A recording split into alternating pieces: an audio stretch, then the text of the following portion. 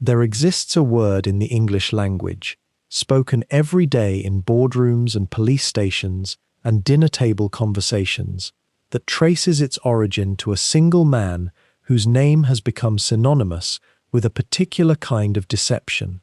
But before that word took on its weight, before it was used to describe every clever swindle and pyramid scheme that would follow, there was an evening in Boston when everything was still new, still possible, still wrapped in the kind of uncertainty that feels less like danger and more like opportunity. Picture it. The year is 1920. The harbor lies quiet beneath a November mist, the kind that softens the edges of things. Gaslight gleams in halos along the waterfront streets. The water itself seems almost to exhale, shifting between the piers with a slow, patient rhythm that has persisted unchanged for centuries. Somewhere in the distance, a ship's bell sounds, single and clear, then fades into the fog. The city exhales, the harbor absorbs it. Boston in that moment was emerging from the shadow of the Great War, still feeling its way toward a new kind of prosperity, a new kind of confidence in what the future might hold. There was money moving through the streets then, restless money. Money that had been held tight during wartime and now was beginning to circulate again with the hunger of something long confined. People spoke of opportunities. They spoke of returns on investment, of ways to make their modest savings grow into something substantial, into something that might finally free them from the narrow lives they had lived. The American dream, in that particular moment, was not yet tarnished. It still glowed. And somewhere in those gaslit streets, in a modest office not far from the harbor itself, there was a man preparing for the moment that would transform him from nobody into infamy, from an immigrant with nothing into the most famous financial criminal his nation had yet produced. He did not yet understand what he would become. None of them did.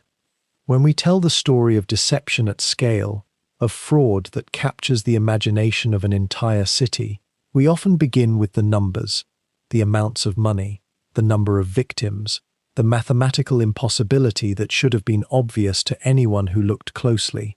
But the numbers, strange as it may seem, are not where the power of this story lives.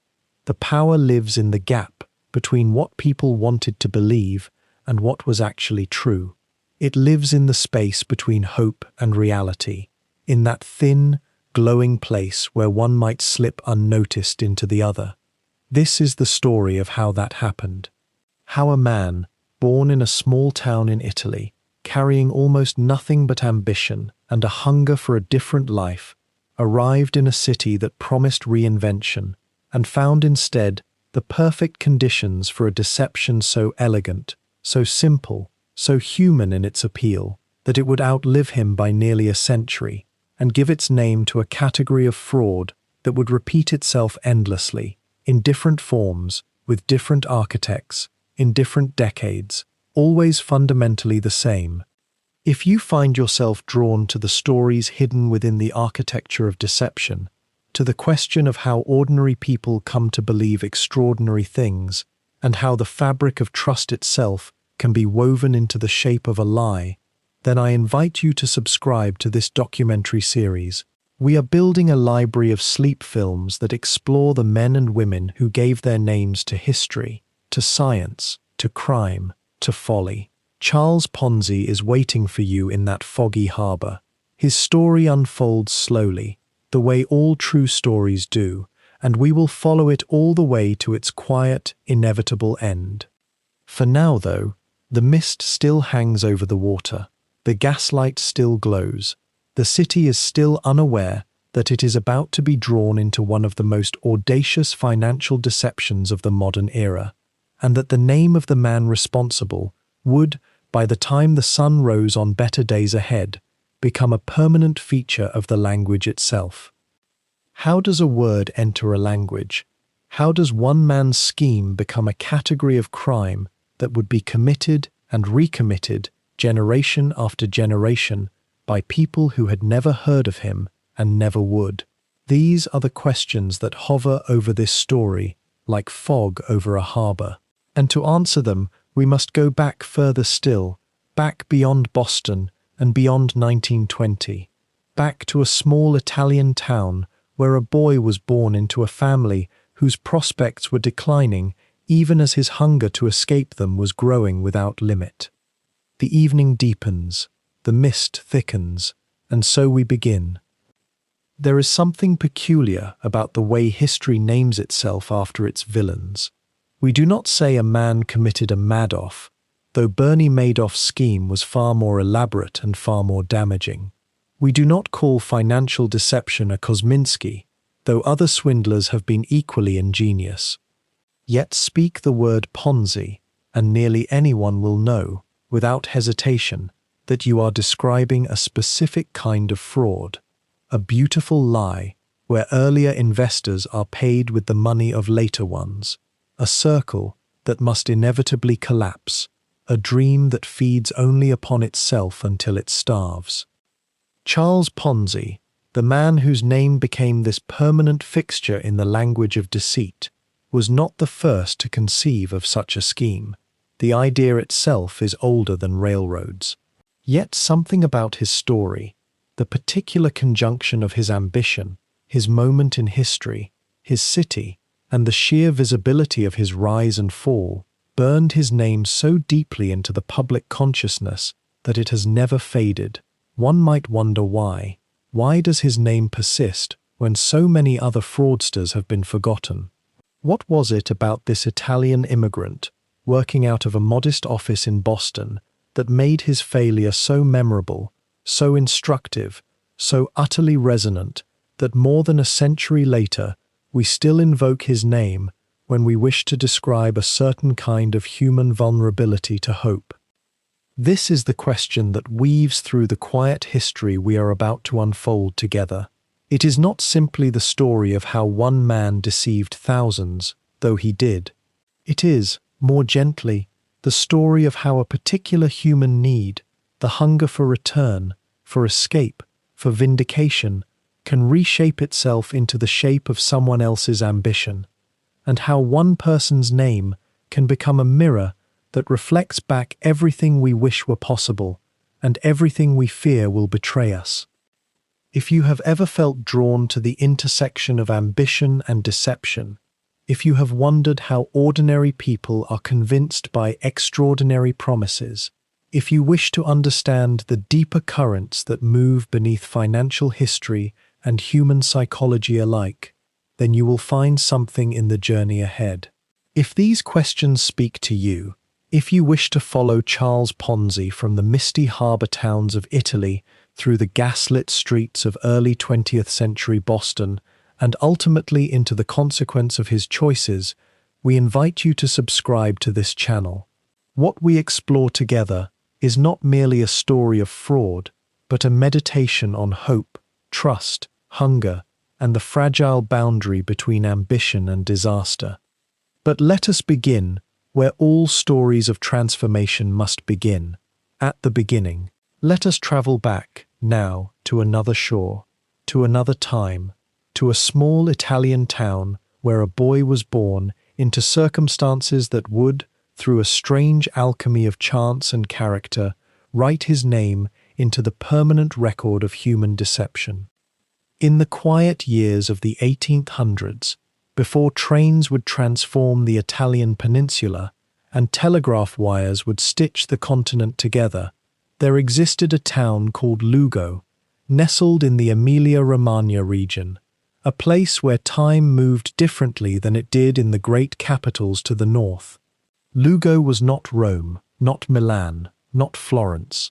It held none of the weight of ancient empire or Renaissance splendor, yet it possessed its own kind of dignity, the dignity of a provincial merchant town, where families had built their affairs stone by stone, generation by generation, understanding that wealth was less a sudden gift than an accumulation of careful decisions and fortunate marriages. It was into this world, on the 17th of March in the year 1882, that a boy was born to Paolo Ponzi and Immacolata Benedetti, a child they would name Carlo, Charles in the English way, though his family spoke to him in Italian. The Ponzi household carried the marks of respectability, or at least the memory of it. The family connections ran deep into Lugo's merchant class. They were not peasants, not laborers of the soil, but people who had learned to deal in goods and transactions, to read ledgers and understand the language of commerce. There was, in the Ponzi name, a certain resonance, an assumption of education and consequence, as though this boy's arrival were already assured of a particular place in the social order. Yet even as he drew his first breath, something subtle was shifting in the fortune of the Ponzi family, something that no one could have precisely named in those days. Fortunes in small provincial towns are peculiar things. They rise not through brilliance alone, but through inheritance, through marriage, through the simple continuity of knowing the right families and maintaining the right connections. To live among such people is to exist in a world where the past presses heavily upon the future, where who your grandfather was matters as much as what you yourself might accomplish. The Ponzi family occupied this suspended space between security and anxiety, between the appearance of stability and a quiet, gnawing sense that their place in Lugo's hierarchy was not quite as assured as it had once been. Charles's father, Paolo, was a man of the postal service, a position that carried a certain modest authority, a steady income, respectability of the bureaucratic sort, and yet, one senses in the historical record a man somewhat constrained by his circumstances, a man who had perhaps inherited less than he might have wished, or who had seen opportunities pass him by in ways that troubled him quietly. The boy grew up in a household where comfort was real enough, but where the memory of greater comfort, or the aspiration toward it, hung in the air like a sort of perpetual reaching toward something just beyond grasp. The Ponzi house itself, set within Lugo's streets, was sufficiently well appointed. There were books, presumably. There was education, the kind that marked you as belonging to the merchant class rather than the working poor.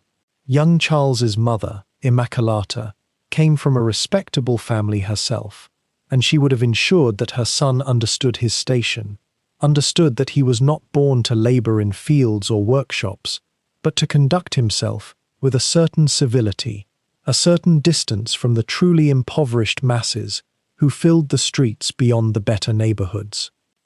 But what do we know, truly, of the inner life of a household in provincial Italy in the 1880s? The biographical record grows thin and soft at the edges. We know that Paolo Ponzi worked, that he provided, that the family maintained appearances.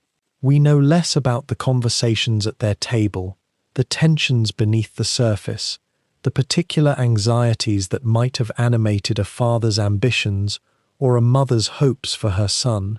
And yet, we might reasonably imagine, as those who have studied similar families in similar places have noted, that there existed in such households a certain hunger, not the desperate hunger of poverty, but something perhaps more psychologically complex, a hunger to consolidate what had been inherited, to improve upon it, to push upward into a more secure or prominent position in the social order. Charles was not an only child. He had siblings, though in the drift of history, their names and lives have become less vivid in the historical record. It is often thus with those who live ordinary lives in small towns. They pass through time and leave no particular mark, while one among them, perhaps by chance, perhaps by some combination of temperament and circumstance, becomes the one whose name is remembered, the one whose story gets told and retold, until his shadow grows very long indeed.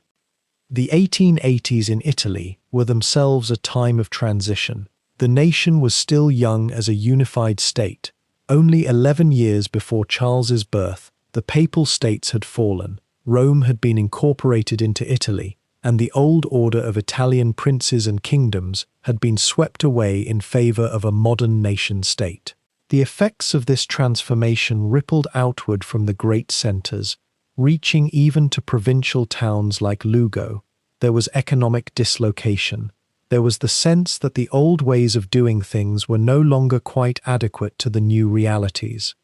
The railroad came, and with it, new possibilities and new threats to the established order. The telegraph connected distant places, making it possible to conduct business and receive news in ways that would have been inconceivable to previous generations.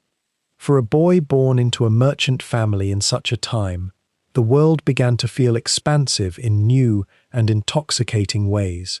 There were stories, always there were stories, of fortunes being made, of men rising from modest circumstances to great wealth through shrewdness and opportunity. The newspapers that reached Lugo carried accounts of industrial development in the north, of great cities being rebuilt and transformed.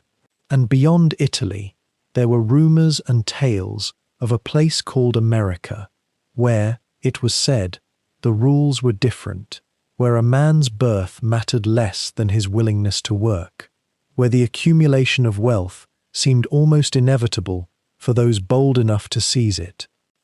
Charles Ponzi grew up, then, in a household that was respectable but not wealthy, secure but perhaps not as secure as it wished to appear, modern in aspiration, yet bound by the traditions of a small provincial town. He was a boy who learned to read and to calculate, who understood the rituals of merchant-class civility, but who also, one suspects, internalized a certain yearning, a sense that his birthright promised him more than his circumstances seemed likely to deliver, that there must be some path, some opportunity, some way to transcend the modest limits of his father's postal service position and the quiet provincial world of Lugo. And as he matured through childhood into adolescence, in the 1890s, that yearning would only grow stronger. By the time young Carlo Ponzi reached his teenage years in Rome, the city itself had become a kind of mirror for his own restlessness. The ancient marble and the gas-lit streets were beautiful, yes, but they seemed to hold him in place rather than propel him forward. His father had died when he was only 2 years old, leaving the family in a state of quiet decline. Not poverty, precisely, but something sadder, the slow erosion of what had once been comfortable standing. His mother, Immaculata, had devoted herself to his education with the fierce determination of a woman who believed that learning could restore what fortune had taken away. And so Carlo attended school in Rome, moving through classrooms with an intelligence that was unmistakable, but also, by all accounts, somewhat unfocused. He was bright enough to master languages, to absorb mathematics and literature with apparent ease, yet there seemed to be in him even then a kind of hunger that no classroom could fully satisfy. The structured rhythms of Italian schooling, the discipline, the hierarchy, the sense that one's place in the world was largely predetermined, must have felt suffocating to a boy whose mind was already racing ahead, already wondering what lay beyond the boundaries he could see. It was during these Rome years that the real geography of Ponzi's imagination began to shift. Letters started arriving from relatives and acquaintances who had already made the crossing to America. These were not elaborate missives. In many cases, they were brief and hastily written, often by barely literate hands. But what they contained was intoxicating to a restless young man. They spoke of cities that never seemed to sleep, of work that paid wages unimaginable in Italy, of a place where a man's origins mattered less than his ambition. There were postcards, too, those wonderful coloured images that showed towering buildings that seemed to touch clouds, streets crowded with purposeful people, a landscape of possibility rendered in sepia tones and faded inks. In the isolation of a Roman schoolroom, with the weight of family expectation and diminished fortune pressing down, these fragments from across the Atlantic must have read like prophecy. America, from this distance, was not simply another country. It was an idea. It was a promise that the old rules, the ones that said a young man of modest means should accept a modest life, did not apply there. Somewhere across that vast ocean, there was supposedly a place where energy and cleverness and audacity could be rewarded in ways that the old world, with all its centuries and its stone monuments, had deemed impossible. The postcards would have been particularly powerful, because they made America visible in a way that words alone could not. A young man looking at an image of Fifth Avenue in New York, or the harbor of Boston, could begin to construct a fantasy of reinvention. He could imagine himself walking those streets.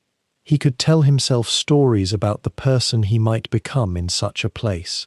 Carlo's mother understood, perhaps with a mother's intuition, what was happening in her son's mind during these years. She had her own dreams for him, respectable dreams. Perhaps he would find a position in government or work in banking.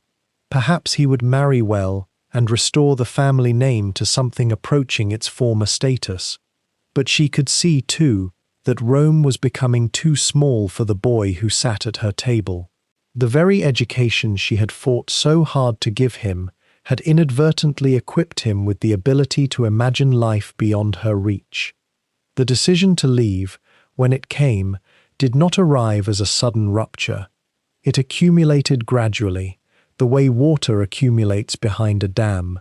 There were conversations, some of them difficult, some of them loving, about whether he should make the journey. There were doubts expressed, the kind of fears that any mother would harbor about sending her son across the world at an age when he was still, in many ways, a boy. Italy was stable. America was unknown. But there was also something inevitable about it, as if the letters and postcards had already begun the process of transportation before Carlo himself had even boarded a ship. In 1903, at roughly 20 years of age, the decision was made. Carlo Ponzi would go to America. The reasons were layered, as all human decisions are. There was the lure of possibility. There was the hunger for something that Italy, for all its beauty and history, could not seem to offer him. There was too, perhaps, a streak of recklessness already visible, a willingness to gamble on an outcome that could not be predicted, to leave the known for the unknown, based on nothing more than faith and ambition and the seductive evidence of a handful of postcards. His mother would have embraced him at the point of departure, as mothers do. She would have made him promise to write. She would have told him to be careful, to be good, to remember who he was and where he came from. She could not have known, no one could have known, that the son she was saying goodbye to would eventually become a figure whose name would be synonymous with betrayal and greed. In that moment, he was simply a restless young man with an imagination that had been set on fire by stories of a distant shore. The preparation for the journey would have consumed whatever time remained before departure. There were documents to arrange, travel plans to make, farewells to conduct. The Italian steamship lines that connected Europe to America had become so routine by 1903 that they almost seemed like a normal part of existence, another system as familiar as the railways. Young men were emigrating by the thousands, by the tens of thousands. Carlo Ponzi was simply one more among them, another Italian boy leaving behind the weight of history for the promise of the future. What possessions did he carry with him? Almost certainly very little, perhaps some photographs, perhaps a few letters from his mother, to be read during the long days at sea, perhaps some clothing carefully folded. But mostly, he carried something more intangible, a vision of who he might become, and an appetite for the transformation that he was certain America could provide. He was young enough to believe that geography itself could change destiny. He was old enough to begin to understand that reinvention required leaving behind everything that might anchor him to his past. The decision had been made. The course was set. On some spring day in 1903, Carlo Ponzi began the first real movement of his life. Not the small shufflings of a boy in Rome, but a genuine departure, a willingness to stake everything on the faith that somewhere across the Atlantic, The person he was meant to become was already waiting for him. In March of 1903, Charles Ponzi stood on the dock at Genoa with a third-class ticket in his pocket and a small leather suitcase containing nearly all he possessed. He was just past 20 years old, and what little money he had, perhaps $200, a sum that represented years of modest saving, was meant to last him until he found his footing in America. The SS Vancouver was a ship of the Dominion Line, a vessel that had made the crossing countless times, carrying immigrants like Ponzi toward the mythic promise of the New World. It was, by the standards of the era, a fairly ordinary passage, though for a young man leaving everything familiar behind, there was nothing ordinary about it at all. The crossing itself was a descent into a kind of transatlantic purgatory. Ponzi was packed below decks with hundreds of other third-class passengers, steerage, as it was called, in conditions that would horrify later generations. The air grew thick and fetid as the days accumulated. Seasickness was nearly universal. The smell of unwashed bodies, poor sanitation, and the stench of the hold itself created an atmosphere that passengers learned to simply endure, the way one endures anything that cannot be escaped. Food was monotonous and often suspect, but Ponzi, like so many others making this journey, was moving towards something, not away from it, and that forward momentum made even misery feel purposeful. What happened during those crossing days reveals something about Ponzi that would surface again and again throughout his life: an inability to resist the seduction of quick gain, a willingness to gamble when caution might have served him better. It was during these long, restless hours below decks that Ponzi began to play cards with his fellow passengers. The games were small at first, perhaps casual amusements to pass the time during the tedious voyage, but somewhere in the course of those games, the careful discipline that had preserved his meager savings dissolved. He began to lose money. Perhaps he believed he could recover it, or perhaps he simply couldn't stop himself once he had begun. The details of exactly how much he lost are unclear now, buried in time, but by the time the SS Vancouver approached Boston Harbor in April, Ponzi's small nest egg had largely evaporated. Much of what remained would be consumed by immediate expenses, dock fees, a place to sleep, the bare necessities of starting a life in a strange city where he knew no one. He arrived on American soil, then, not as a man with a small cushion of security, but as a man who was, for all practical purposes, destitute. This fact is worth holding close, because it would shape everything that followed. Ponzi was not inherently different from thousands of other Italian immigrants arriving in Boston during these years. Young men from southern Italy and Sicily who came with little more than the clothes on their backs and a determination to escape the constraints of the old country. But his arrival with virtually no safety net meant that he began his American life in a position of unusual vulnerability and desperation. There was no fallback. There was no family member to lean on, no small inheritance to draw from in times of crisis. There was only work and the scramble to survive. Boston in 1903 was a city in transition. The harbor still dominated the city's identity, as it had for centuries, but new industries were taking hold. It was a city of neighborhoods, each ethnic enclave distinct and somewhat insular, and Ponzi found himself in the Italian immigrant quarter, speaking Italian, surrounded by people whose struggles mirrored his own. It was also a city of modest wages and often brutal working conditions, where a young man could find employment readily enough, but at a cost that left little room for comfort or stability. The work that Ponzi found was the work that countless others before and after him would find: dishwashing in restaurant kitchens, waiting tables, washing dishes in hotels, menial labor of the kind that required no special skill and paid just enough to keep a person fed and housed. There is something in the historical record about this period, a kind of anonymity, a blankness, because Ponzi himself, in the decades to come, was largely silent about these years. They were not years of glory or achievement. They were years of simple, grinding survival. And yet it was during these years that something crucial was happening in his mind, even if it was not visible to anyone around him. He was learning America.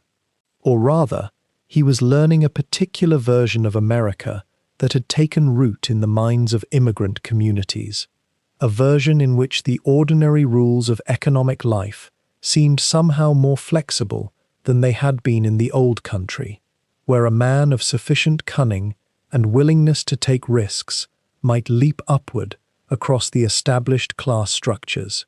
He was beginning to absorb the language and the rhythms of American commerce, learning how trust functioned in business, observing how money moved, noticing the spaces where a clever person might find opportunity. He was also learning, through observation and through the inevitable disappointments of laboring life, that the legitimate path upward was going to be slow, very slow, almost impossibly slow. What remains remarkable about this period is the absence of scandal or crisis in his American record. There are no reports of trouble, no notes about disputes or problems in his early years.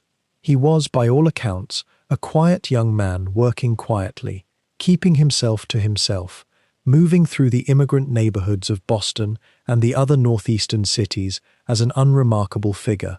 This period, stretching through the first years of the new century, represents the only extended time in his adult life when he was not engaged in some kind of scheme or facing some kind of legal consequence. It may be that this very anonymity, this sense of being invisible despite his efforts, fed in him a growing hunger to be noticed, to matter, to achieve something that would lift him above the faceless masses of day laborers and dishwashers.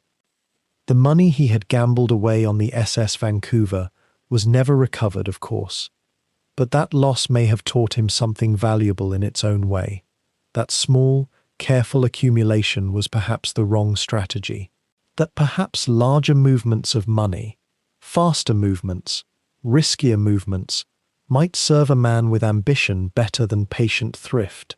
He could work for a year and save a few dollars, or he could find a way to make many dollars move in circles, to multiply themselves through the magic of financial machinery.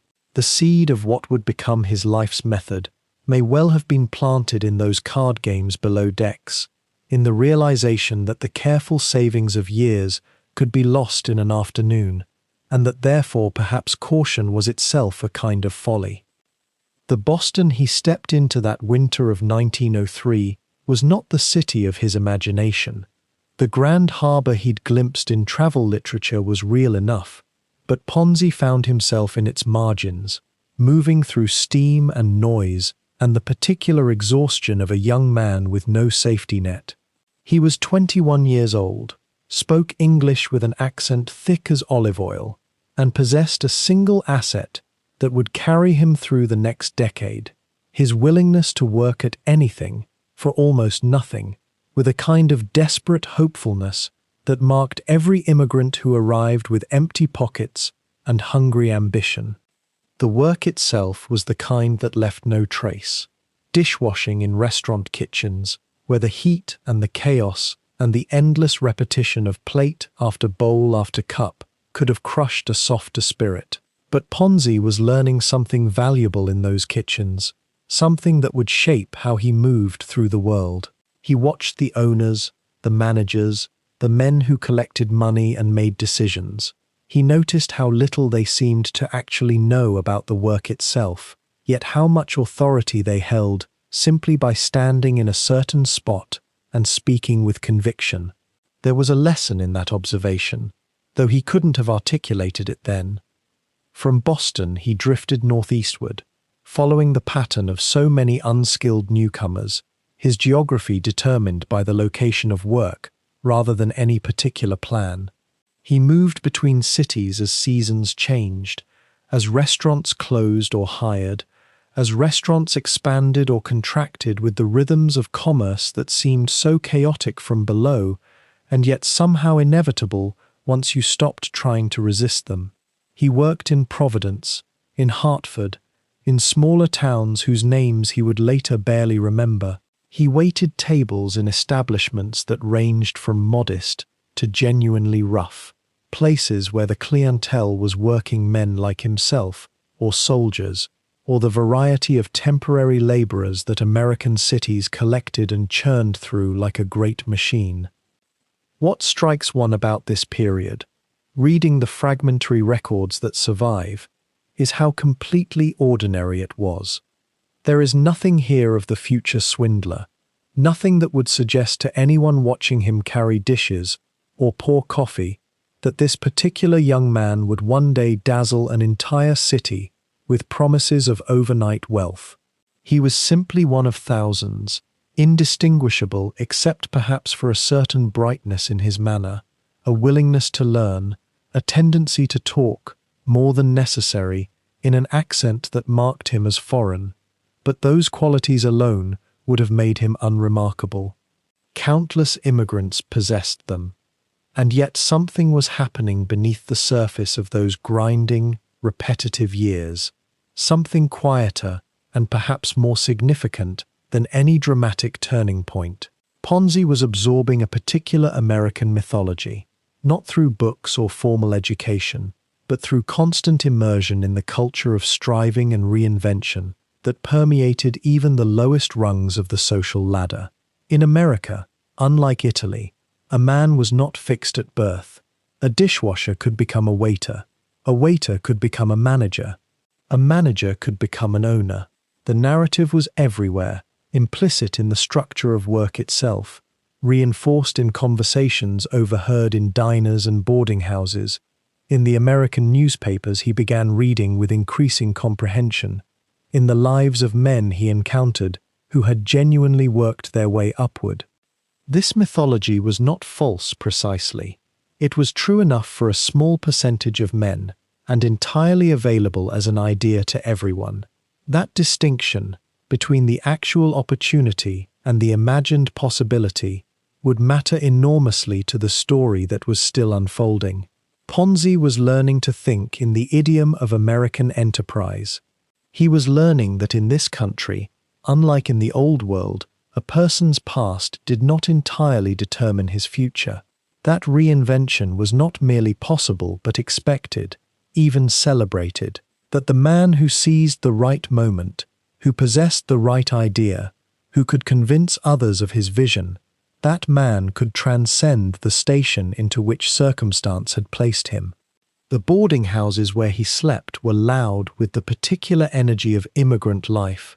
Men crowded into small rooms, sharing space and cooking facilities, pooling their meager resources to survive weeks when work was scarce.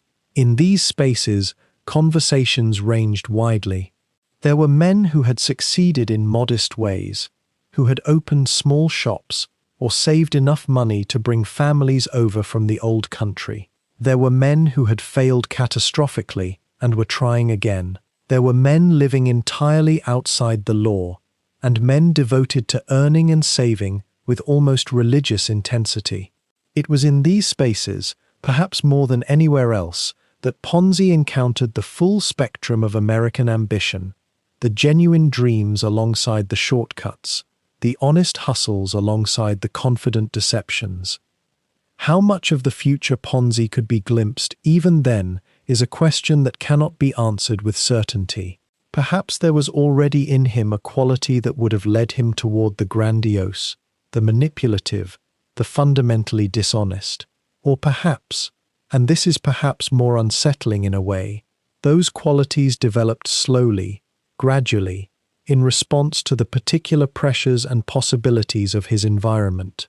Years of being at the bottom, of watching opportunities arrive for others and pass him by, of seeing how little honesty seemed to matter compared to boldness and connection and the ability to tell a compelling story.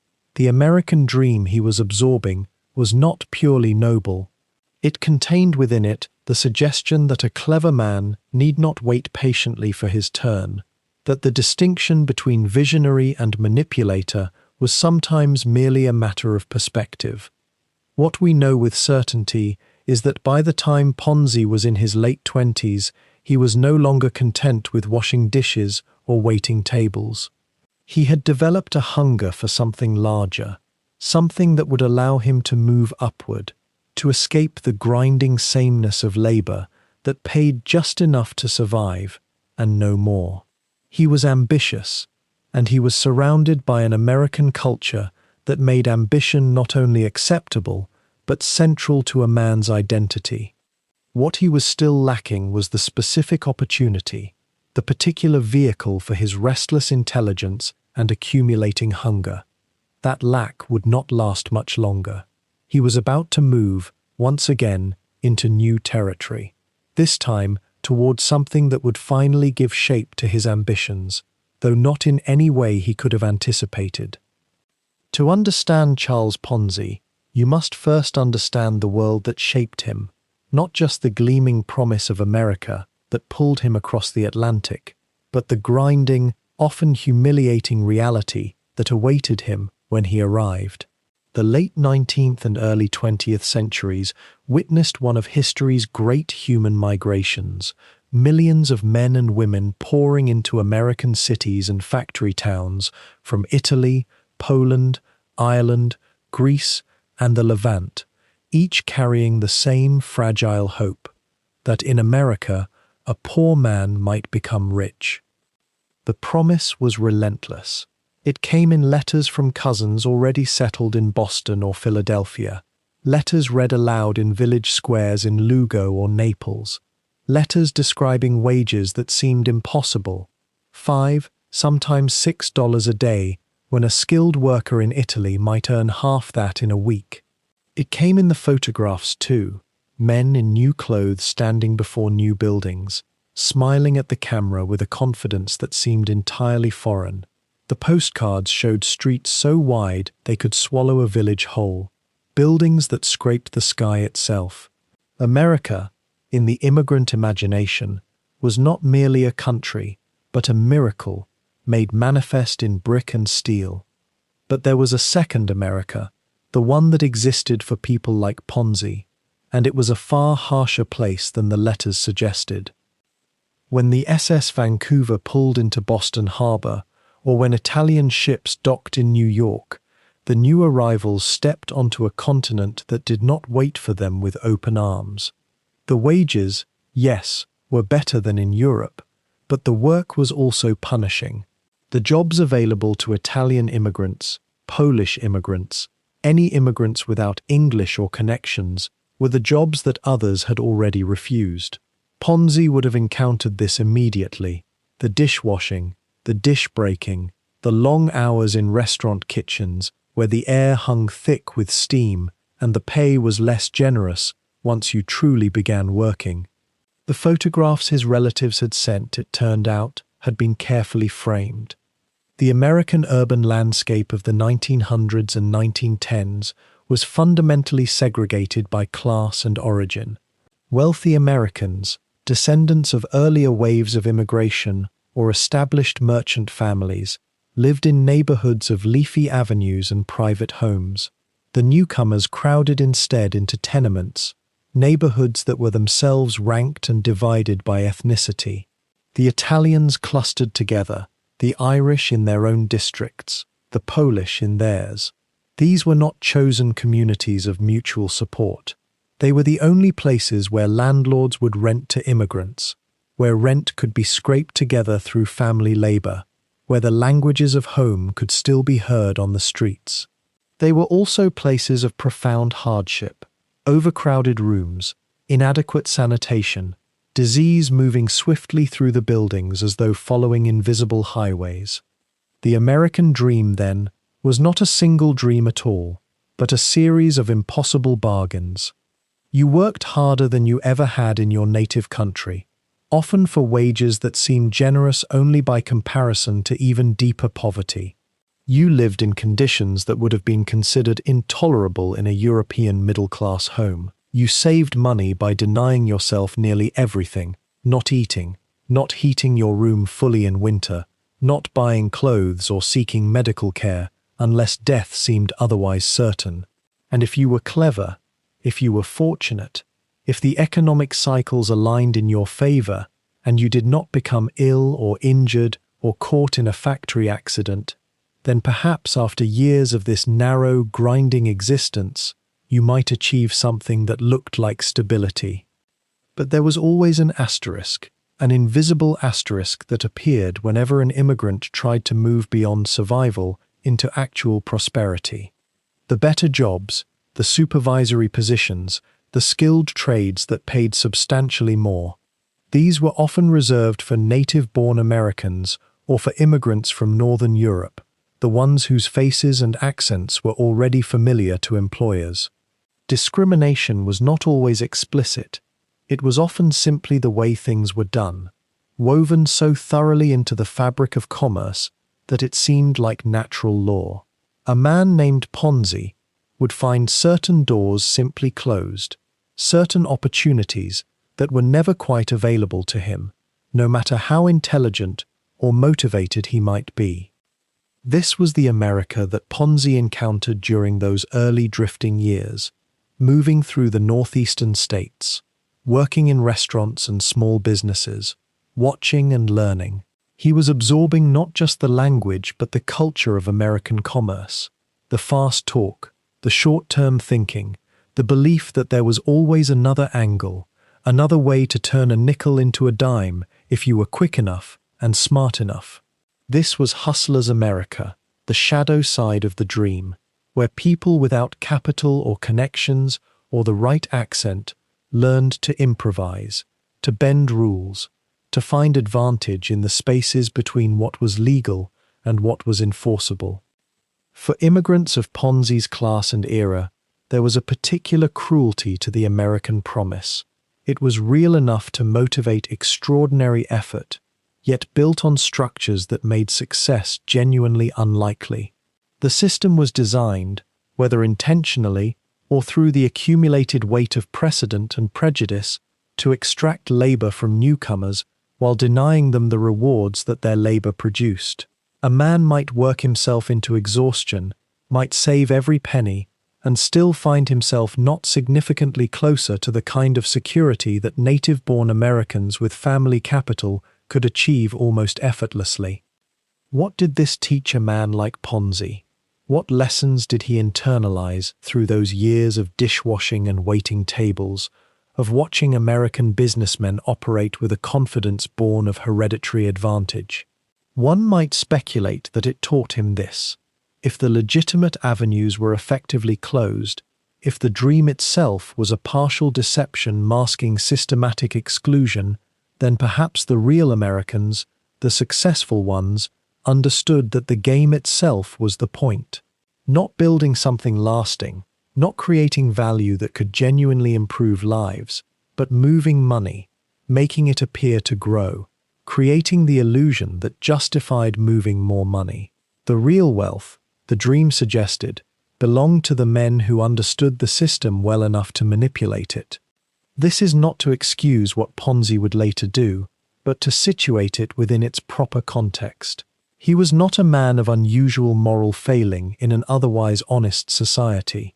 He was a man shaped by an era and a system that made deception seem like the only effective response to systematic exclusion. He watched how America worked, and he learned the lessons it taught. By the time Ponzi reached his early 20s, he had learned something crucial about survival in America: that the country rewarded those who could reinvent themselves, who could speak the language of ambition without hesitation, who understood that yesterday's failures need not define tomorrow's promises. Yet Boston, for all its opportunity, was proving slower than he had hoped. The dishwater had never quite washed away. The restaurant wages kept him fed, but never forward. And so, when opportunity whispered from across the northern border, Ponzi listened with the intensity of a man who had already lost too much time.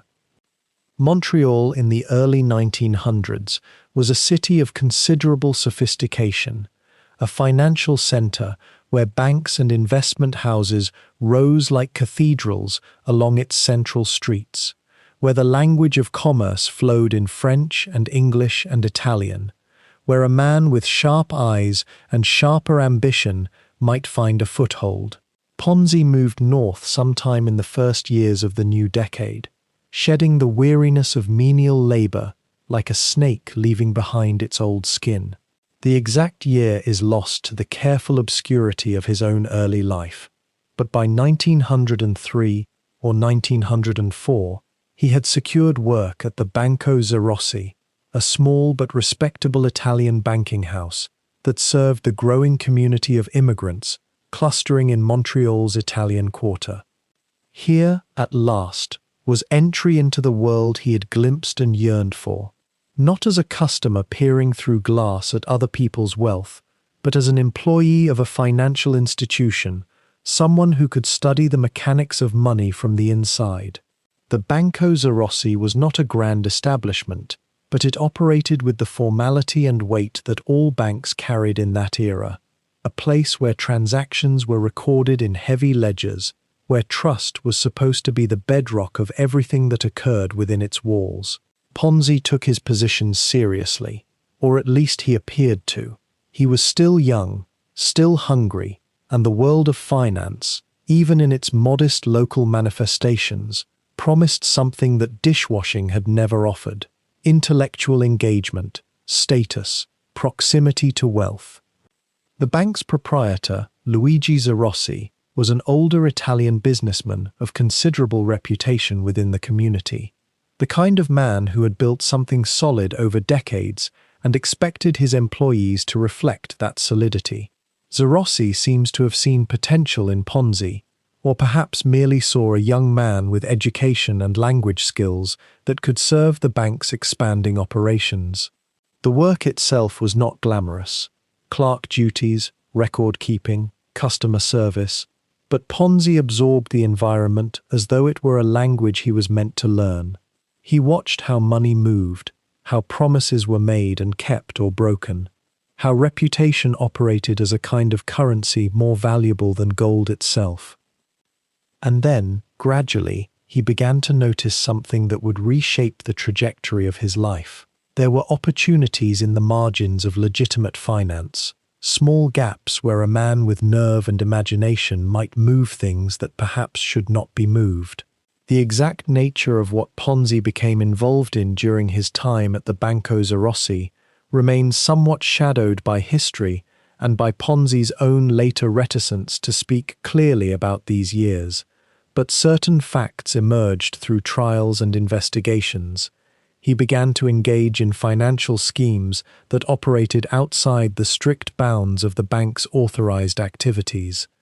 One particular venture involved check kiting, a practice as old as banking itself, but no less effective: writing checks against accounts that did not contain sufficient funds, relying on the time lag between when a check was written and when it would be cleared through the banking system. If executed carefully, a man could move money in ways that should have been impossible, creating the appearance of funds that did not actually exist. The scheme was simple and elegant in its dishonesty. Write a check on an account with insufficient balance, deposit it in another account before the first bank could process it, draw funds against the deposited check before the underlying account caught up with reality. In those days before electronic clearing houses, when checks moved through the system by train and boat and hand, there was time enough for a clever person to dance on the edge of legality. Ponzi was clever, and he was growing bolder. Whether Zerossi knew directly what his young employee was doing remains unclear, though the implications suggest that either Zerossi was deliberately looking away, or that Ponzi was operating with greater independence than his position technically allowed. What is certain is that the scheme did not hold. Schemes of this nature rarely do for long. They require constant motion, constant new deposits, and new checks, an ever-accelerating cycle of paper and promises. And eventually, as with all such arrangements, the numbers stopped working. The collapse came quietly, or perhaps as quietly as financial fraud ever collapses. Ponzi was arrested for check forgery, a charge that carried genuine legal weight in that era and in that city. But something peculiar happened in the aftermath.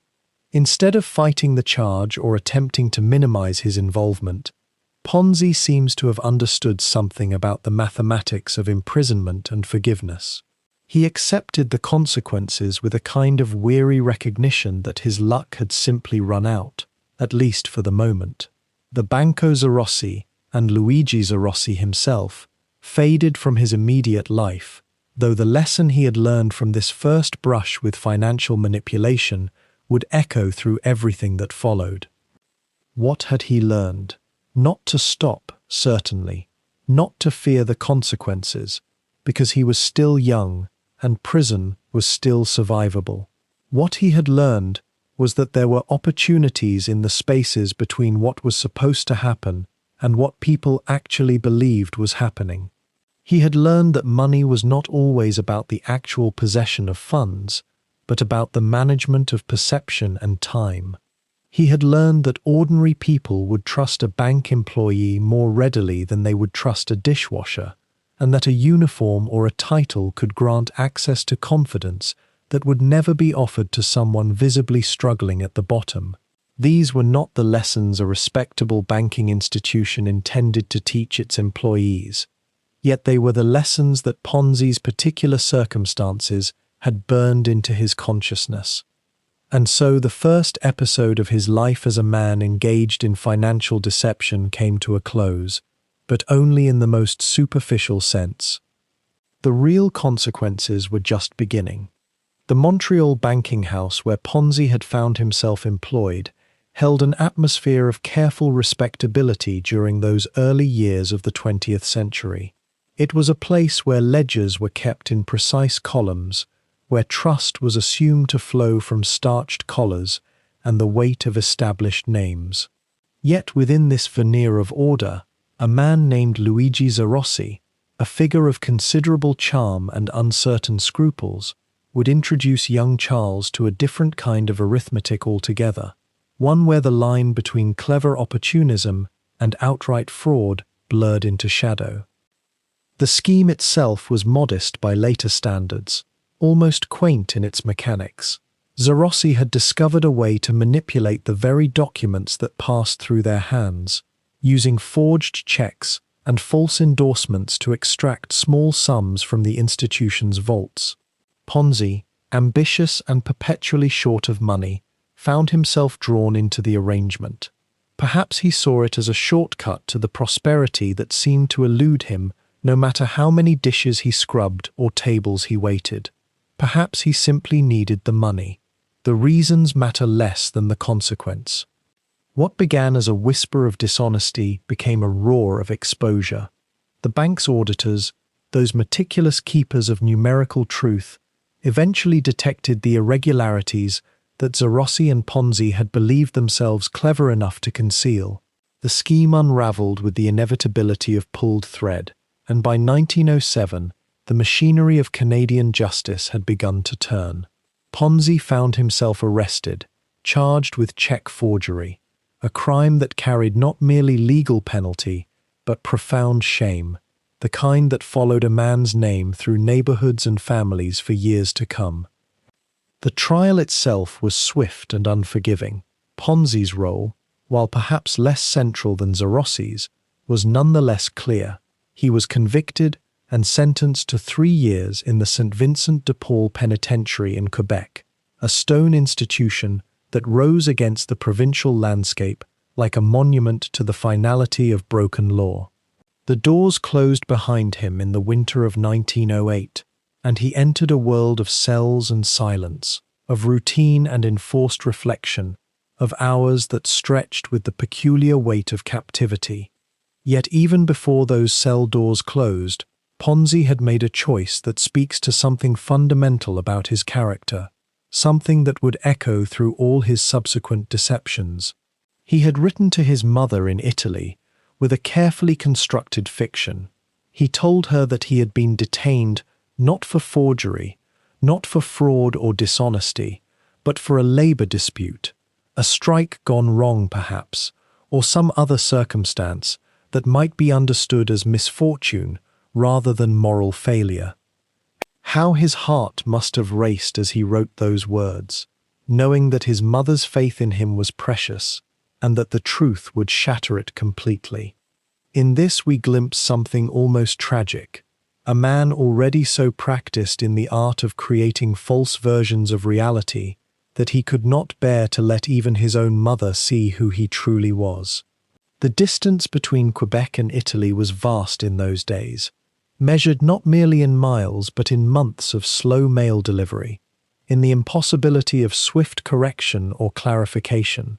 His mother would receive his letter and perhaps share it with neighbors and relatives, and a false narrative about her son would take root in the soil of family memory. Did Ponzi believe, even then, that he might one day prove the fiction true by becoming respectable? Did he think that by the time she learned the real truth, he might have accomplished something grand enough to overshadow his disgrace? The prison years themselves have left few detailed records, which is perhaps fitting. A man serving time for forgery and fraud becomes, in the eyes of institutional record keepers, a number and a sentence length. The Quebec penitentiary in that era was neither notably brutal nor notably humane. It was simply the machinery by which society disposed of those who had violated its trust. Ponzi would have worked, likely in some menial capacity that befitted his status as prisoner. He would have spent his nights in a cell, his days in the company of other men who had crossed the line between legality and criminality, and he would have had considerable time to think. There exists a peculiar condition of mind that can develop in such circumstances, particularly in a man who has already shown himself capable of imaginative deception. The prison cell becomes not merely a punishment, but a crucible, a space where a person might reconstruct their understanding of themselves. Some men emerge humbled, some emerge hardened, but Ponzi, it seems, emerged transformed into something else entirely. A man who had learned that the world often re-ruled those who were willing to take risks, to bend the rules, to present a version of themselves that was more compelling than the truth. The years rolled past with the grinding slowness they always seem to possess when measured by the captive. 3 years can feel like an eternity when you are counting them in days and meals and the slow turning of seasons viewed through barred windows. And yet, eventually, the day of release arrived. The doors of St. Vincent de Paul opened once more, and Ponzi stepped out into a Canadian winter air that tasted of freedom, of possibility, and of a future yet unwritten. He had lost 3 years, but in some paradoxical sense, he had gained something too. He had learned survival in close quarters. He had observed human nature stripped of its civilities. He had been stripped himself of the few remaining shreds of naive belief that the world rewarded honesty. And perhaps most significantly, he had proven to himself that he could endure consequences, that even when caught, even when imprisoned, the essential core of himself remained intact. It was a dangerous lesson, and one that a man with his particular temperament and imagination would not forget. When Ponzi emerged from the Quebec prison walls into the cold air of the early 1900s, he carried with him something more valuable than money. Though he had precious little of that, he carried knowledge. The kind of knowledge that comes not from books or classrooms, but from years of watching how systems fail, how people respond to authority, how the gap between what is promised and what is delivered can be carefully managed, even exploited. He was in his mid-20s now, no longer the restless boy who had gambled away his boat fare. He was something harder, something shaped by confinement. The United States called to him still, despite everything, the failed schemes, the prison time, the way his dreams had already collided with reality. There remained in him an unshakable conviction that America still held something for a man willing to reach far enough. So he returned, crossing back into the country that had disappointed him and yet would not let him go. For several years after his release, Ponzi drifted through the northeastern states with the weariness of a man who had already tried and failed. He worked in restaurants, took odd jobs on construction sites, moved between cities with the kind of perpetual restlessness that marks those who have lost faith in permanence. But beneath this wandering lay a growing sophistication.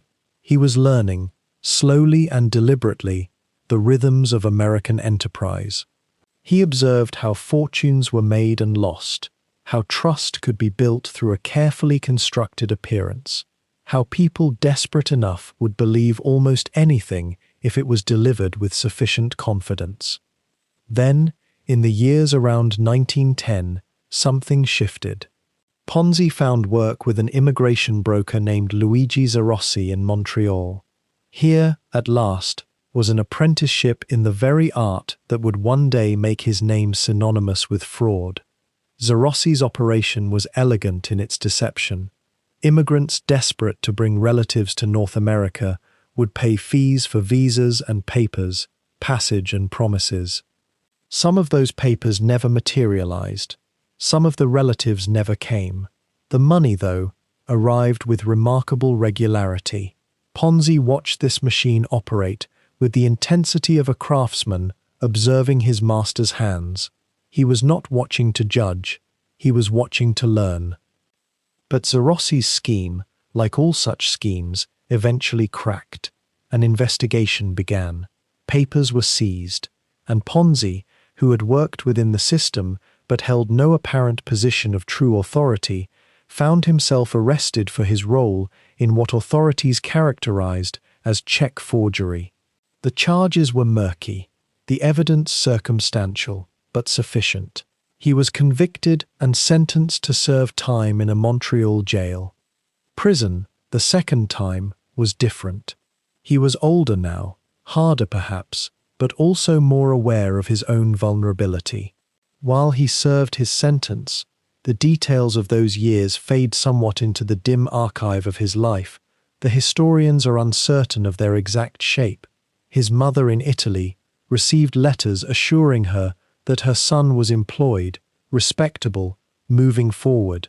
A fiction, a small deception, but it would become the pattern of his life. Between what was true and what was told, he learned to live in that comfortable, profitable middle ground. When he emerged again into the American light, it was not to the immediate embrace he might have hoped for. Instead, there came another difficulty. In the years following his Montreal imprisonment, Ponzi became involved. The exact nature of his involvement remains somewhat contested by historians, in the smuggling of Italian immigrants into the United States. Whether he initiated this, or was drawn into it by circumstances, or by associates seeking to profit from desperation, the record does not make entirely clear. What is certain is that he was arrested, tried, and imprisoned once more, this time in an American institution, for violation of immigration laws. This third imprisonment, somewhere in the early years of the 1910s, was perhaps the most transformative. In the darkness and confinement, Ponzi underwent a kind of crystallization.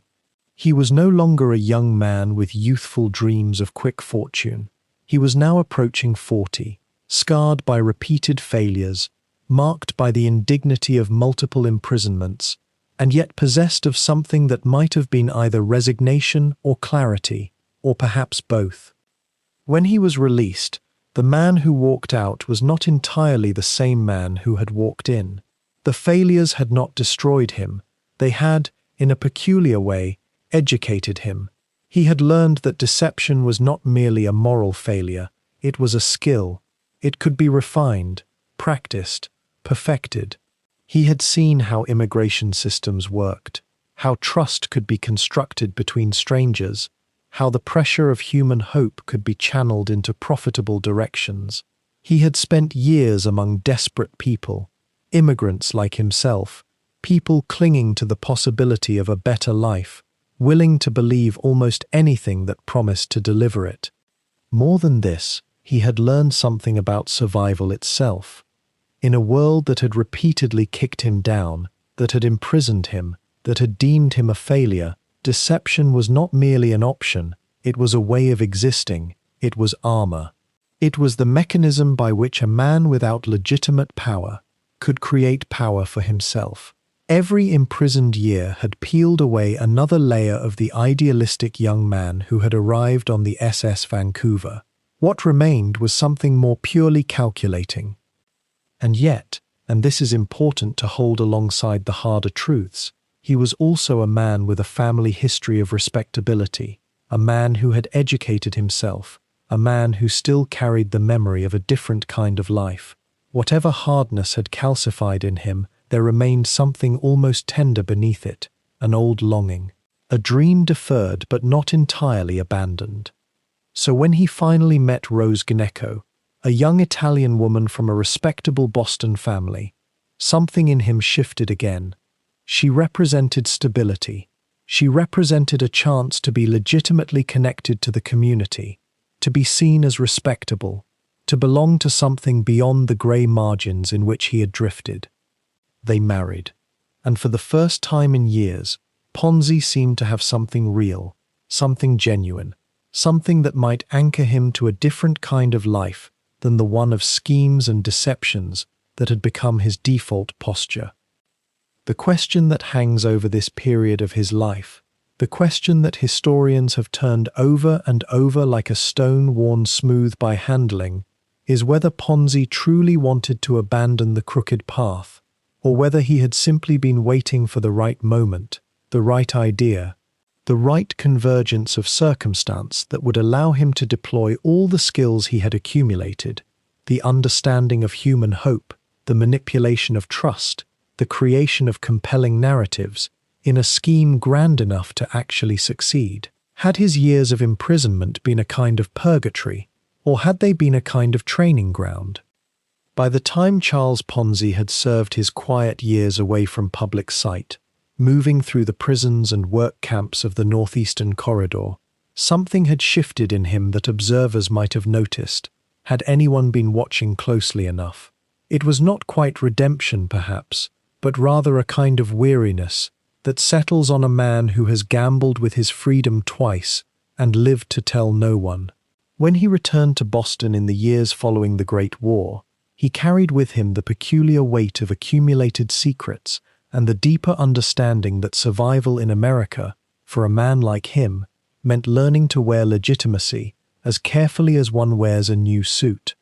It was in Boston's North End, in those narrow streets where Italian immigrants clustered together in mutual recognition and suspicion, that he encountered Rose Gnecco. She came from a merchant family, people of modest but genuine standing in the neighborhood, the kind of respectability that had not been purchased or borrowed, but earned slowly, through years of honest transaction and quiet reputation. What drew them together remains, as so many private moments do, a matter of tender speculation. Perhaps she saw in the reformed wanderer something of stability finally taking shape. Perhaps he saw in her family's quiet standing a bridge into a world where he might, at last, become something beyond the drifting fraud he had been. They married, and in that act of union there was something that felt, to those who knew Charles Ponzi in those particular years, like a genuine turning point. A man who seeks marriage often seeks, even if he cannot articulate it, the possibility of being believed.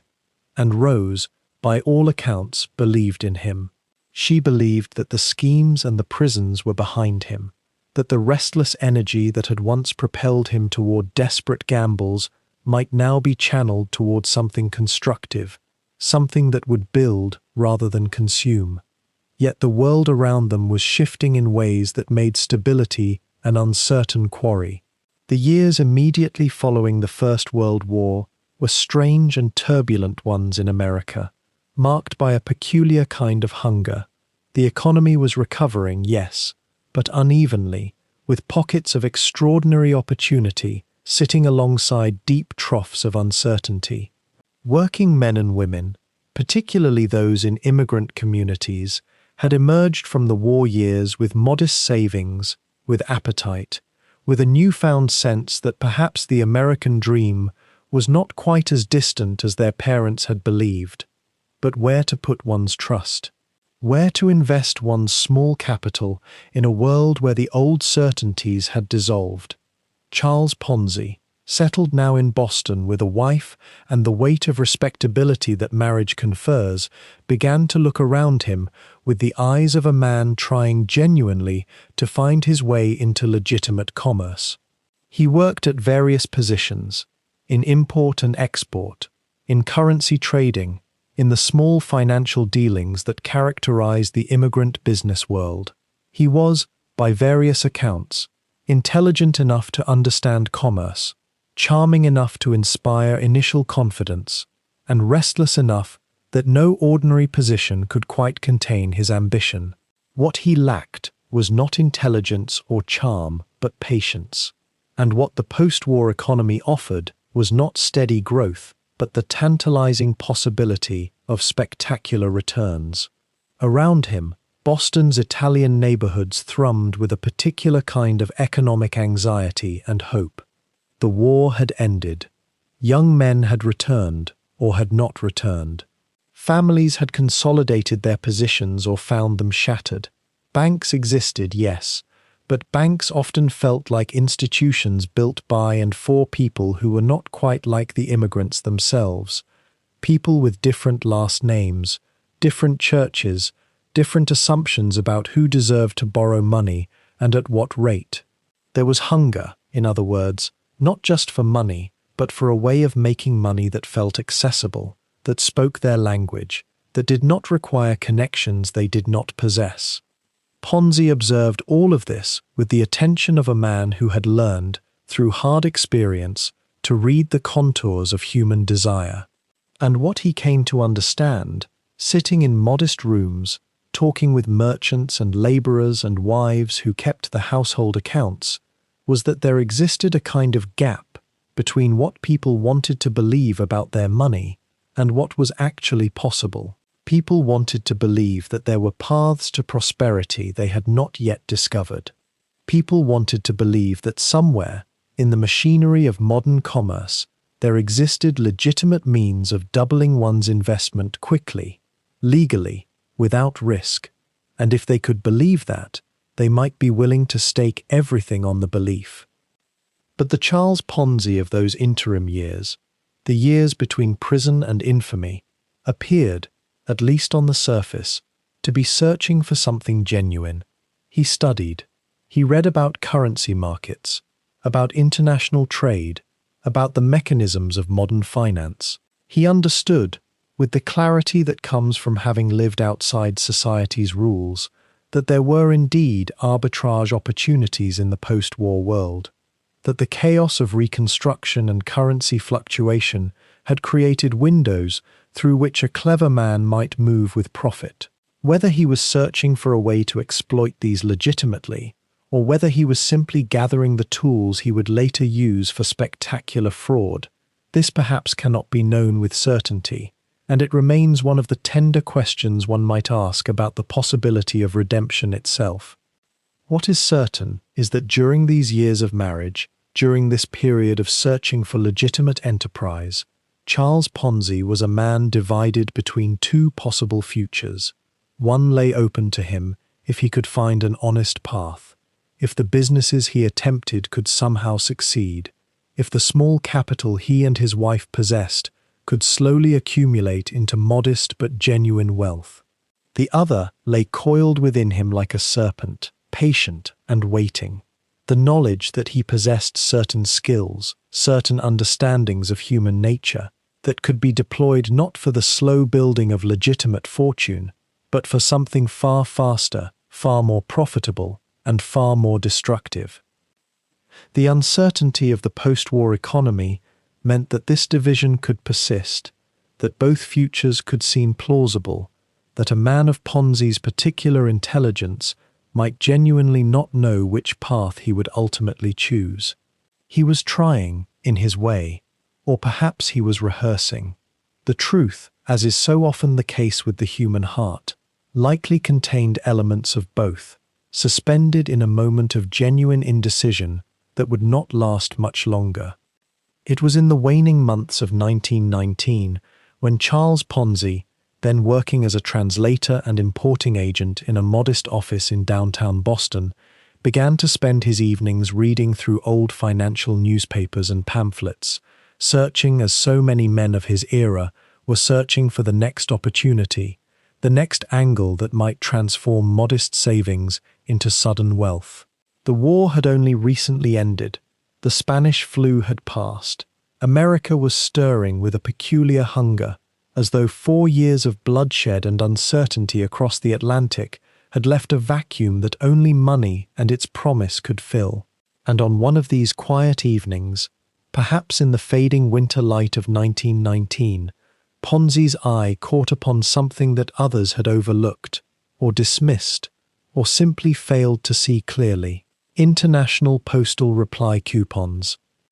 To understand what Ponzi saw, we must first understand what these coupons actually were, and this is important because the legitimacy of what he believed he had discovered, however briefly, rested entirely on this small and technically genuine fact.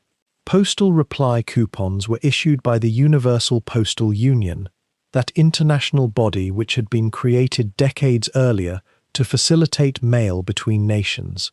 If you were a businessman in Italy, say, and you expected a reply from a correspondent in Boston, you might enclose a postal reply coupon with your letter rather than require your distant colleague to hunt down American stamps.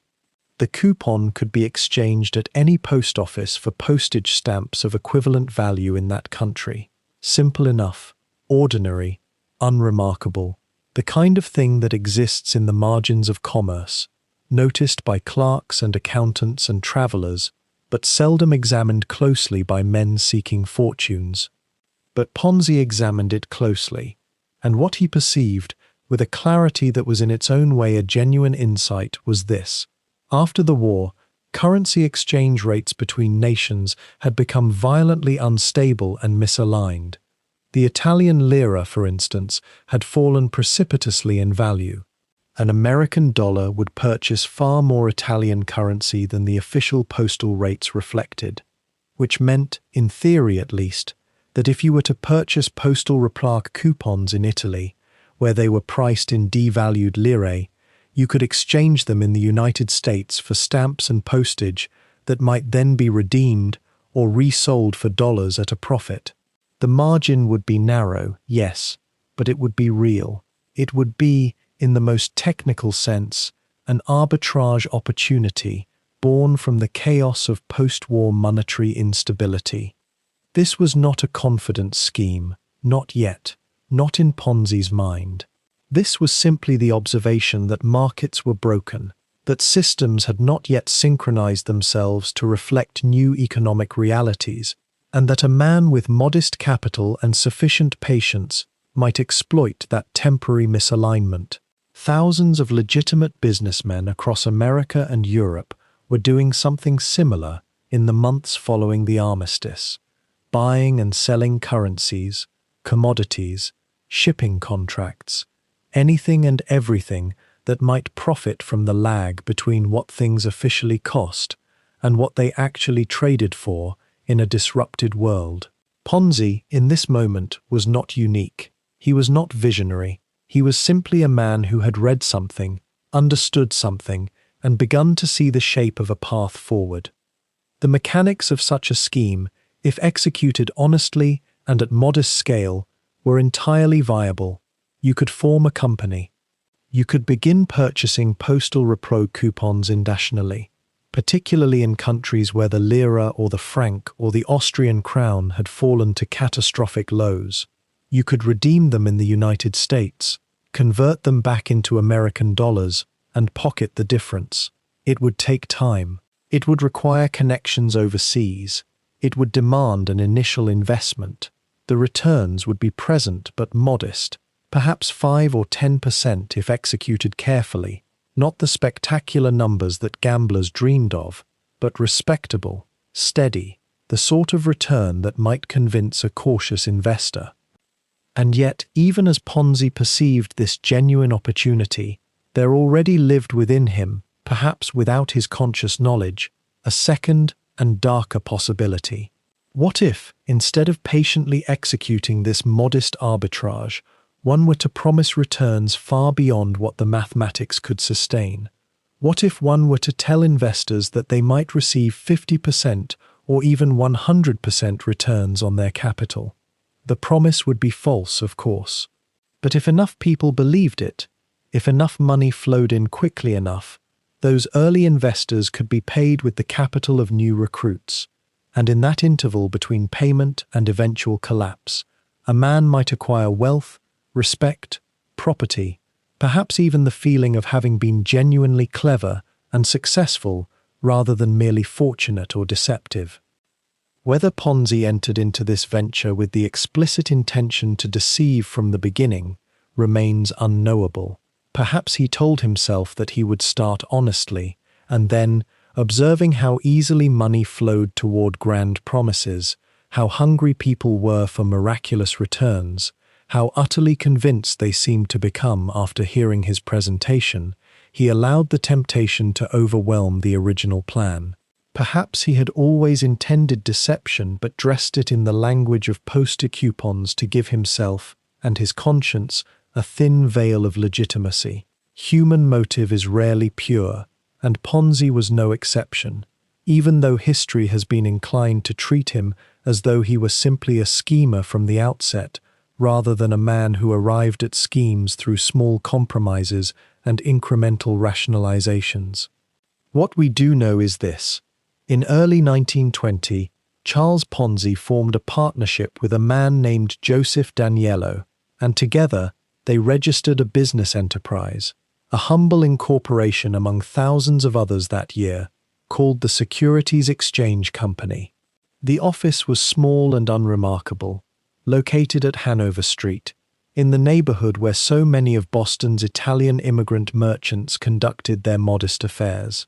Ponzi would serve as president, Daniello would handle administrative duties, and the promise they were about to make, which seemed so reasonable at first, was simply this: anyone who invested with them would receive a certified return of 50% on their capital within 45 days, or 90% within 90 days.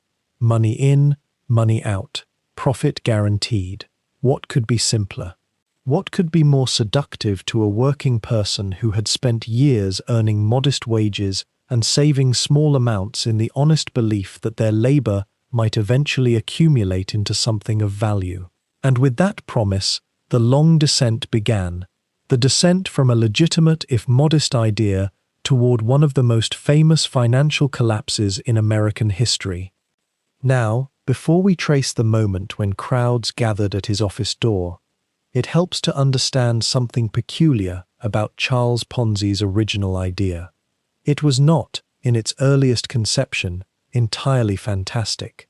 There existed a real opportunity, narrow, modest, but genuinely real, hidden within the postal systems of the post-war world. And understanding this distinction matters, because it explains how a man could convince himself, and then convince thousands of others, that what he was proposing was merely clever arbitrage rather than elaborate fiction. After the Great War, the world's currencies had fragmented into separate values. An American dollar was worth differently in Italy than in Britain, differently in Austria than in Canada. These disparities created small windows of opportunity for those who could exploit them. The postal reply coupon was one such window. It was a physical coupon, small and humble, that a sender could purchase in one country and mail to a recipient in another. The recipient could then exchange that coupon for postage stamps in their own nation.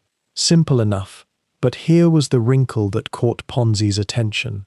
The coupons were priced in gold, a standard currency that all nations understood. Yet the postage stamps they could be redeemed for varied wildly in their actual market value, depending on which country issued them. Imagine this quietly for a moment. If you could buy postal reply coupons cheaply in a country where the currency had fallen sharply after the war, perhaps Spain or Italy, and somehow arranged to sell the stamps they redeemed for In a country where currency had remained stronger, like America, you might turn a modest but real profit.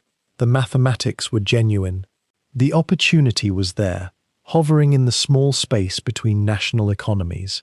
And if one could execute this strategy at scale, purchasing coupons in bulk from depressed markets and redeeming them in America, the returns, while not astronomical, could be meaningful, perhaps 5, 10, or even 15% annually, a respectable return on money in a period of economic uncertainty. Ponzi, with his restless intelligence and his hunger to find the one scheme that would finally elevate him, saw this postal coupon arbitrage not as a small financial fact, but as the foundation of something larger. He began to acquire these coupons. He wrote letters to agents overseas, trying to establish relationships that would allow him to purchase them in quantity. He began to imagine a company, a proper enterprise, that would buy these coupons from around the world and redeem them for stamps in America. And on paper, in the quiet of his thinking, this idea held coherence. It held the shape of legitimate business. But then something shifted in his mind, and here is where we encounter the threshold between possibility and delusion, between ambition and fraud. The actual returns from postal coupon arbitrage, even at scale, even executed flawlessly, would have been modest. Perhaps, if everything went perfectly, perhaps 5 or 8% annually, steady, honest, but not remarkable, not the kind of return that would set a man apart, not the kind of return that would transform him, suddenly, from a drifter into a figure of power and respect. And Ponzi, after years of small jobs and failure, and the weight of his immigrant's invisible struggle, was no longer willing to be modest. So he began to invent mathematics that had no foundation in reality. The postal coupon business, in his emerging vision, would not return 5 or 8%. It would return 50%. In 45 days, not annually. Double your money in 6 weeks. An extraordinary promise. A promise that would make people listen. A promise that would make them believe they had finally found the path to wealth. How could he justify such returns? How could he explain them to investors? He began to construct a story about efficiency, about scale, about secret knowledge and privileged access to channels in the postal system that others did not understand. He spoke vaguely about his international connections, his ability to move coupons in quantities that would drive down acquisition costs to near nothing. He implied that there were margins, mysterious and technical, that only someone with his experience and vision could extract from the system. He did not precisely lie about the posting coupons themselves. The coupons were real. The arbitrage opportunity was real. But the leap from real to 50% returns in 45 days was a chasm he never acknowledged, a chasm he appeared not to see. And perhaps this is the most human part of his delusion. Ponzi had lived with scarcity for so long. He had served time in prison for crimes of desperation. He had washed dishes in restaurant kitchens. He had watched other men, no smarter than himself, rise through sheer luck or family connection or ruthlessness. The idea that he had finally discovered something others had missed, that he had intelligence enough to see what the whole world could not see, was intoxicating. It was almost plausible to him, because he needed it to be plausible. He needed to believe that he was not about to perpetrate fraud. He needed to tell himself that this was business, that this was real. The terrible mathematics of what he was about to do were these. Suppose 50,000 people invested $500 each, believing in 50% returns. That would yield $25 million in capital. But the actual postal coupon market in America could not support redemptions anywhere near that volume, and even if it could, the returns would have been fractional compared to what Ponzi had promised. So how would he pay those early investors their 50% returns? There was only one way, with money from later investors. The posting coupons were not actually being traded in significant volume at all. He was not even attempting the arbitrage in any meaningful way. Instead, money from person A would be used to pay the promised returns to person B, money from person C to reward person D, endlessly, until the day came when no new money arrived. And then the structure would collapse like a house of cards in still air.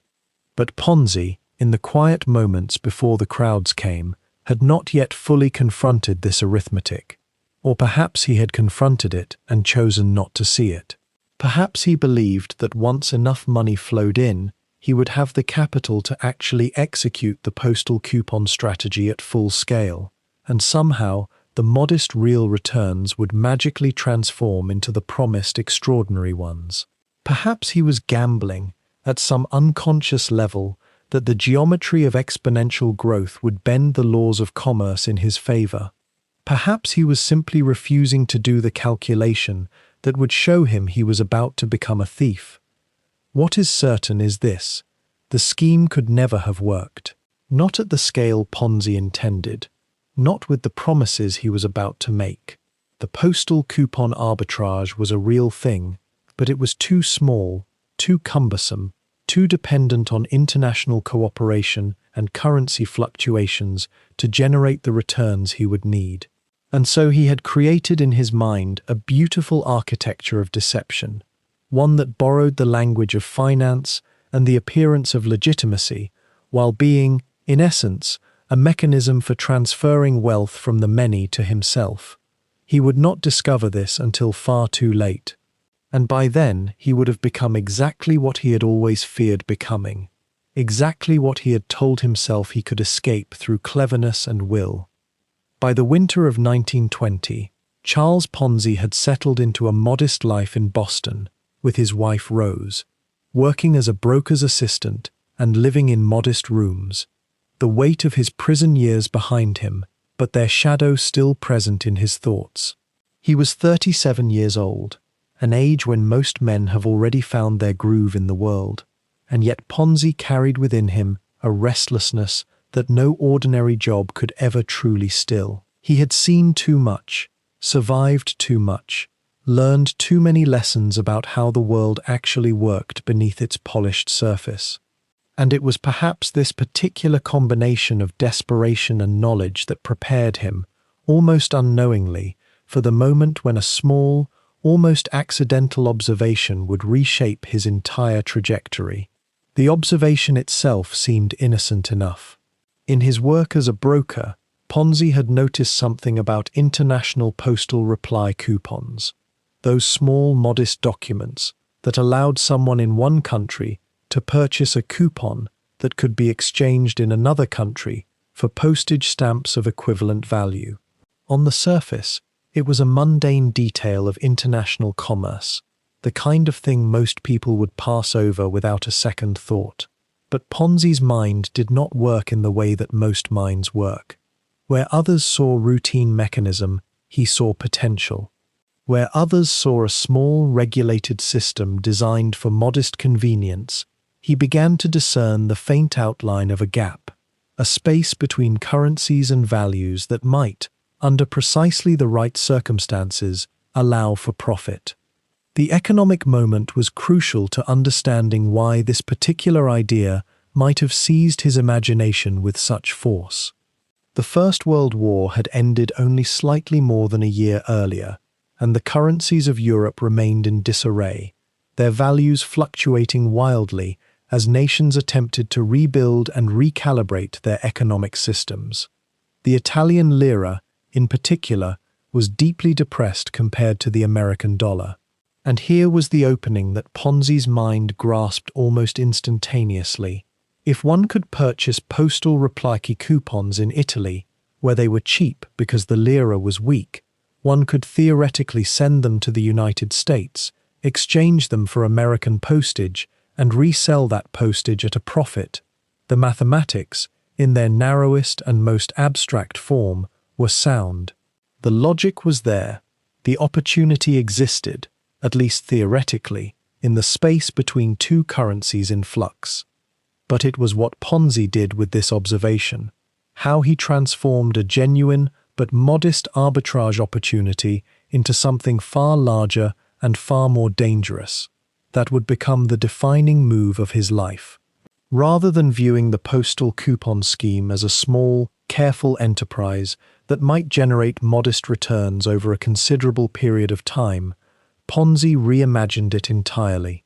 He saw it not as a path to slow accumulation, but as the foundation for something magnificent, something that would announce to the world that Charles Ponzi, the failed bank clerk, the forger, the man who had spent years in prison, was capable of transforming himself into a figure of genuine importance and wealth.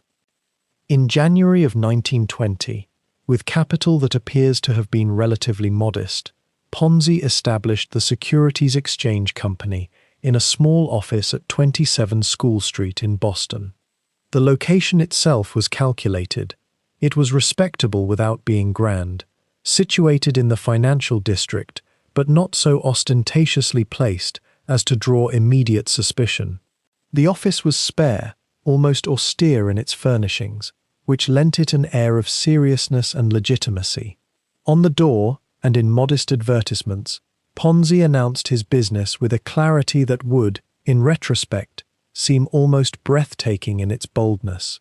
He was offering investors a return of 50% on their money in 45 days, not a year, not 18 months, 45 days. And if one were willing to wait 90 days, Ponzi promised to return 100%, to double one's money entirely. The simplicity of the promise was itself part of its seduction. In an era before widespread financial literacy, when many people had only the vaguest understanding of how the stock market functioned or what returns might reasonably be expected, Ponzi's offer cut through all complexity with an almost crystalline directness. You bring me money, you wait 6 weeks, I give you back half again as much as you invested. It was easy to understand, it was easy to imagine, it was easy to desire, and desire it, people did. Though initially the response was measured, Ponzi's early investors came primarily from his own social circle, Italian immigrants who knew him personally or who knew people who knew him, and who trusted in the possibility of genuine opportunity in a country that had promised so much. But something happened as those first weeks passed and the first investors received their promised returns. Word began to move through the Italian neighborhoods of Boston like a current beneath still water. Charles Ponzi was paying. He was actually paying. Families whispered about it over dinner tables. Men discussed it in barbershops and coffee houses. The unspoken American dream that an ordinary person, through intelligence and opportunity, could transform their circumstances entirely, suddenly seemed not merely possible but proven. Think about what this moment must have felt like to those early investors, and consider how it shaped what would follow. A man they knew, a man from their own community, was offering them something that every financial institution in the country insisted was impossible. Genuine, reliable returns, far in excess of anything a bank might offer. When the first checks arrived, when the first investors showed up at Ponzi's office to collect their profits, something shifted in the collective psychology of Boston's immigrant communities. This was not a prediction about the future, this was proof of the present. And in that distinction lay the genius and the danger of Ponzi's design. The genuine arbitrage opportunity that had sparked the idea continued to exist, at least in theory, but it was never remotely capable of generating the returns that Ponzi was promising. The actual profit margins on postal reply coupons, even under the most favorable circumstances, were measured in fractions of a percentage point. The volumes that would have been necessary to generate the returns Ponzi was offering would have overwhelmed whatever tiny price discrepancies existed. But Ponzi was not troubled by this fundamental problem. Perhaps he believed that as he accumulated capital, the scale of his operation would somehow transform the mathematics. Perhaps he convinced himself that he simply had not yet reached the critical mass where the scheme would become self-sustaining. Or perhaps, and this is a possibility worth considering, he had already accepted that the poster coupons were merely a story, a thin justification for what was, in its essence, something far simpler and far older. By the spring of 1920, money was flowing into the Securities Exchange Company at an accelerating pace. Ponzi had moved to a larger office. He had hired assistants. He had begun to advertise more openly, placing notices in Italian-language newspapers and in the English press as well. The language of these advertisements was carefully crafted to suggest legitimacy, while remaining vague enough to avoid any specific claims that might be questioned. He spoke of remarkable returns, of opportunities in international finance, of a carefully calculated investment program that rewards the patient investor handsomely. Each phrase was designed to evoke both precision and imagination, to make the listener feel that they were being invited into something sophisticated and exclusive, something that required capital and courage, but that promised genuine transformation in return. What is remarkable, in retrospect, is not that people invested. What is remarkable is how quickly the scale of the operation escalated and how little scrutiny it initially received. In the early months of 1920, Boston's financial establishment, the banks, the brokers, the established houses of finance, barely noticed what Ponzi was doing. He was operating in immigrant neighborhoods, dealing with people who had little connection to the formal financial system, taking money from communities that the wider Boston establishment did not particularly care about or pay close attention to. It would take time for the alarm to spread beyond those neighborhoods, time for the question to crystallize in the minds of serious people. How was this possible? What was actually happening behind the door at 27 School Street? By the autumn of 1920, something quiet and irresistible was moving through the Italian neighborhoods of Boston. It wasn't announced in grand advertisements or splashed across the front pages of the major newspapers. Not yet. Instead, it traveled the way trust itself travels in tight-knit communities, through whispered conversations at the grocery counter, through letters passed carefully from hand to hand, through the careful words of people you had known for years, people whose judgment you had learned to trust in the slow accumulation of shared experience and shared struggle. Charles Ponzi had done something remarkably simple, and that simplicity was the source of his power. He had made it personal.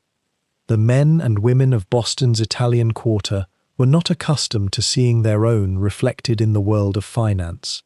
Banks felt like foreign territory, places where the language was different, where the rules were unspoken and seemed designed to disadvantage those who had recently arrived.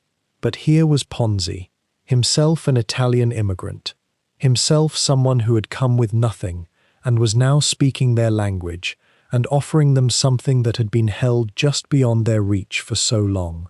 Not the slow, invisible accumulation of ordinary savings, not the distant, improbable promise of security decades away, but something immediate, something that could be felt and counted and taken home. A woman named Rose, though there were dozens of Roses and Marias and Francescas involved in those early testimonials, might invite a neighbor for coffee and mention, almost casually, that her cousin had invested some money with a fellow named Ponzi, someone who handled poster coupons, whatever those were exactly, and 3 months later, the cousin had received not just his money back, but an extra 50%. 50%. The words themselves seemed to hover in the warm kitchen air, and the neighbor's eyes would widen slightly, not with greed necessarily, though greed was certainly present, but with something deeper, the recognition that maybe, finally, the ordinary rules didn't have to apply to people like them. Within weeks, the testimonials accumulated and multiplied. A shopkeeper had invested $100 and received $150. A widow with modest savings had doubled what her late husband had left behind. A young man saving for marriage had suddenly found himself ahead of schedule, able to move his plans forward. Each story was true, in a sense. These returns had actually been paid. The crucial element that remained hidden was the simple, devastating fact that they were being paid from money that had arrived from newer investors, a distinction that would have meant everything if anyone had paused long enough to examine it. But no one did, because success and proof and the physical presence of money in one's hands tend to preclude such philosophical examination. The queues began to form sometime in November. By early December, they had become a fixture outside the small office on School Street, a line of people that grew longer as word spread, as the holiday season approached, and people thought about their children and their futures and the particular longing that immigrants carry for the security they had never quite managed to establish. Bank managers were accustomed to controlling the flow of applicants and interest seekers, to the hierarchy and distance that separated the institution from its petitioners. Ponzi seemed to invite the opposite dynamic. He was in his office, visible, approachable, and he treated each investor, no matter how small their initial commitment, with a courtesy and attention that suggested their money was genuinely valued, genuinely important to him. There was something almost tender about the way he conducted these transactions, according to the accounts that survive from people who were there. He would listen carefully to the amount someone wanted to invest, and he would explain the mechanism with patience, writing out the numbers on a certificate that the investor could hold in their hands, could show to their family, could display as evidence that something significant had changed in their circumstances. The certificates themselves were works of minor art, ornate, official-looking, printed with the grandiose name Securities Exchange Company across the top, and signed with Ponzi's own flowing signature, which seemed to invest the whole document with personal accountability and care. Consider the psychology at work in those moments, the collision of hope and evidence, and the deep human longing to believe that the world might, for once, function in our favor. A man in his 40s, perhaps, who has worked since he was a boy, who has seen wages and opportunities shift with the tides of economic fortune, who has sometimes gone hungry or lived in spaces barely fit for habitation, stands in an office on School Street, holding a certificate that promises him returns that seem to defy the ordinary mathematics of labor and time. What reasoning could ask him to distrust this? What skepticism could compete with the presence of the money that had already been paid out, with the voices of his neighbors who had profited, with the simple, almost physical reality of holding proof in his hands? The lines grew longer as December deepened. Men in work clothes stood alongside small merchants. Women in good dresses, money carefully saved from household budgets, came with shopping bags containing their life's accumulations in cash. Some investors were professional people, accountants, druggists, people who understood numbers, and one might have expected that their education would have generated some critical distance, some hesitation in the face of returns that seemed mathematically implausible. Yet even they invested, because the returns were not being promised, they were being paid. The evidence was present and tangible and utterly, seductively real. What Ponzi had created was not merely a scheme, though it was certainly that. He had created a social proof, a momentum, a narrative so compelling that it seemed to exceed the bounds of ordinary financial instruments and touch something deeper about the human experience in America. These were people who had been told, implicitly or explicitly, that this was not their country, that their accents marked them as foreign, that the best they could hope for was a slow, grinding respectability earned through decades of careful work.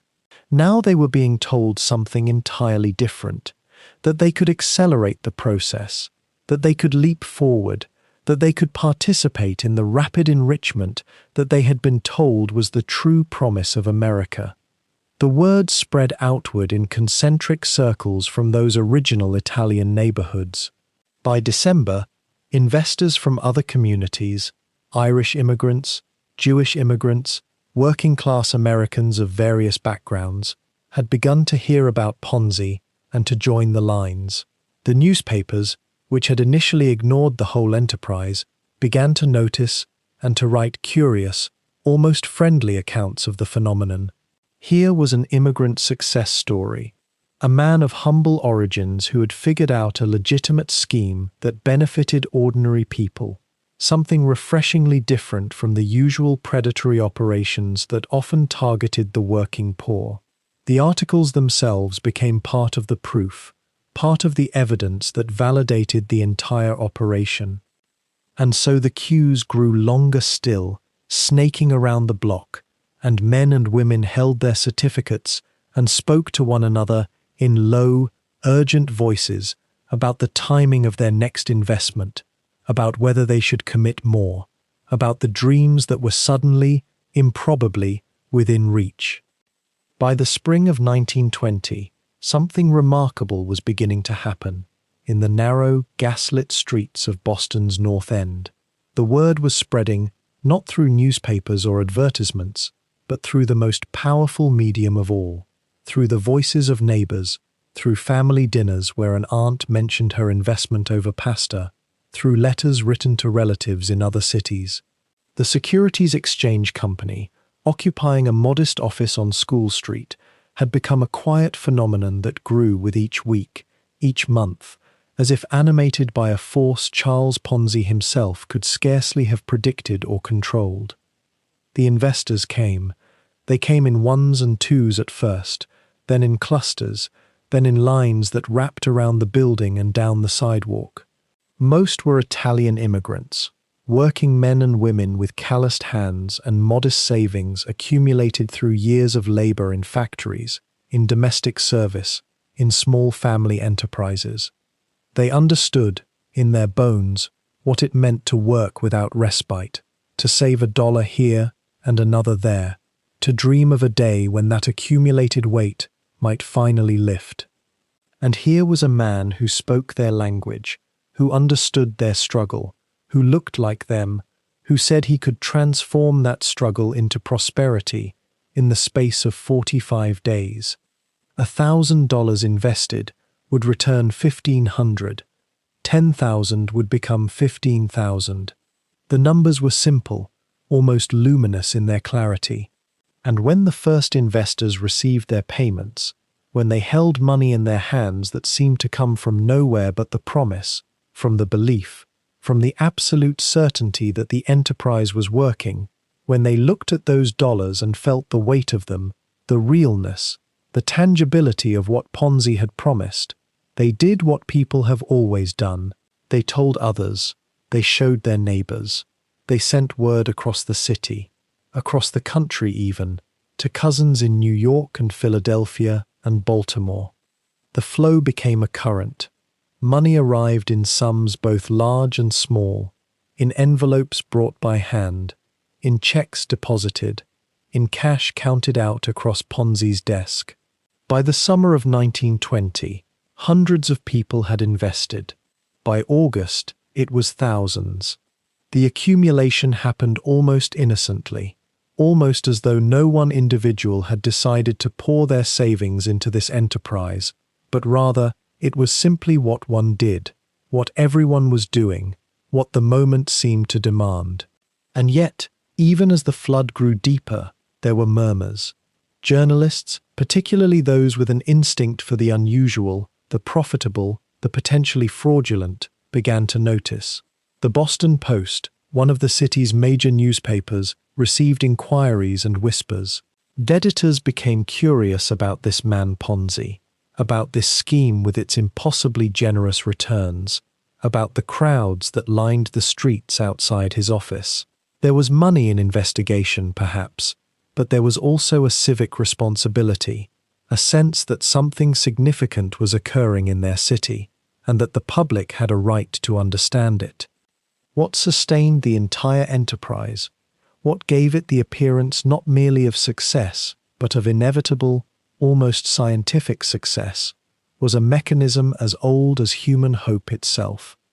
New money came in, old money went out. The gap between those two flows, the space where all the magic lived, was filled not with actual earnings, but with the simple, devastating fact that investors were using their own investment to create the appearance of Ponzi's competence. When the aunt who had invested $100 received her $150 after 45 days, she was not receiving earnings from the purchase and resale of postal reply coupons. She was receiving a portion of the thousands of dollars that had flowed in from other investors, from her nephew's friend, from her pastor, from the baker 2 streets over. And this fact, this crucial, foundational fact, was entirely invisible to her. The illusion, you understand, was not a simple matter of deception in the ordinary sense. Ponzi himself may have believed, or may have wanted to believe, that the scheme could work, that if he could just move enough money through the system, if he could just accumulate sufficient capital, the postal reply coupon arbitrage would eventually produce the returns he had promised.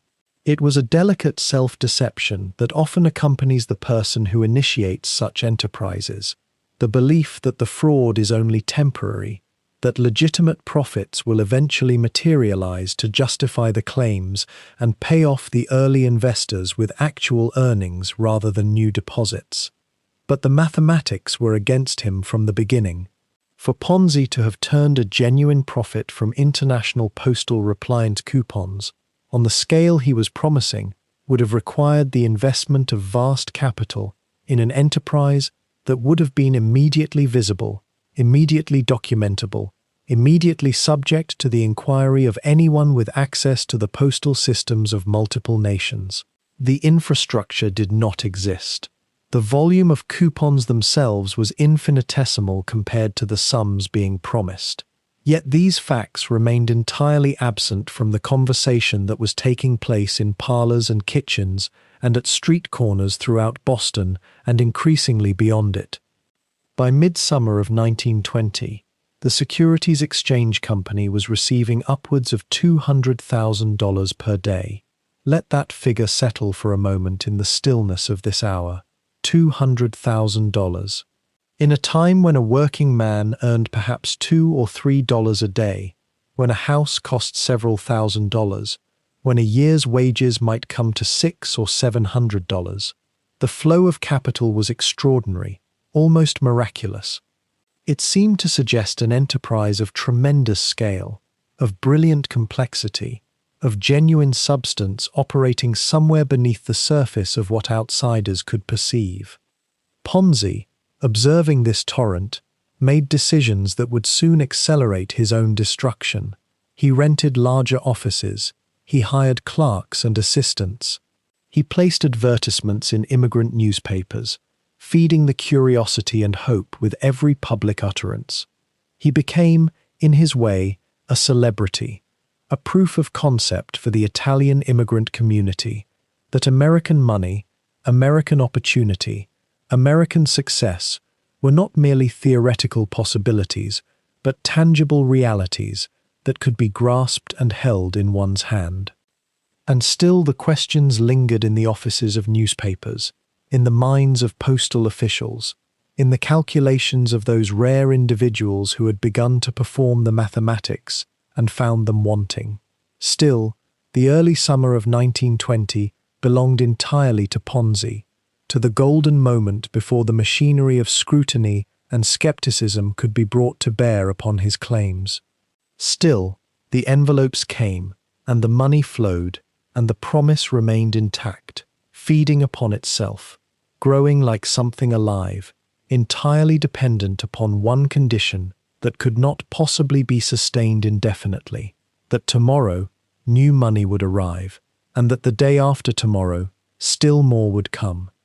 And yet, somewhere in the mathematics of human nature lives a peculiar truth that helps explain why thousands upon thousands of ordinary people, not foolish people, mind you, But careful mothers and anxious fathers, shopkeepers and laborers and clerks in modest positions, found themselves standing in those queues outside Ponzi's modest office on School Street, their life savings folded into envelopes, their faith folded into a single question that seemed, for a moment, entirely reasonable.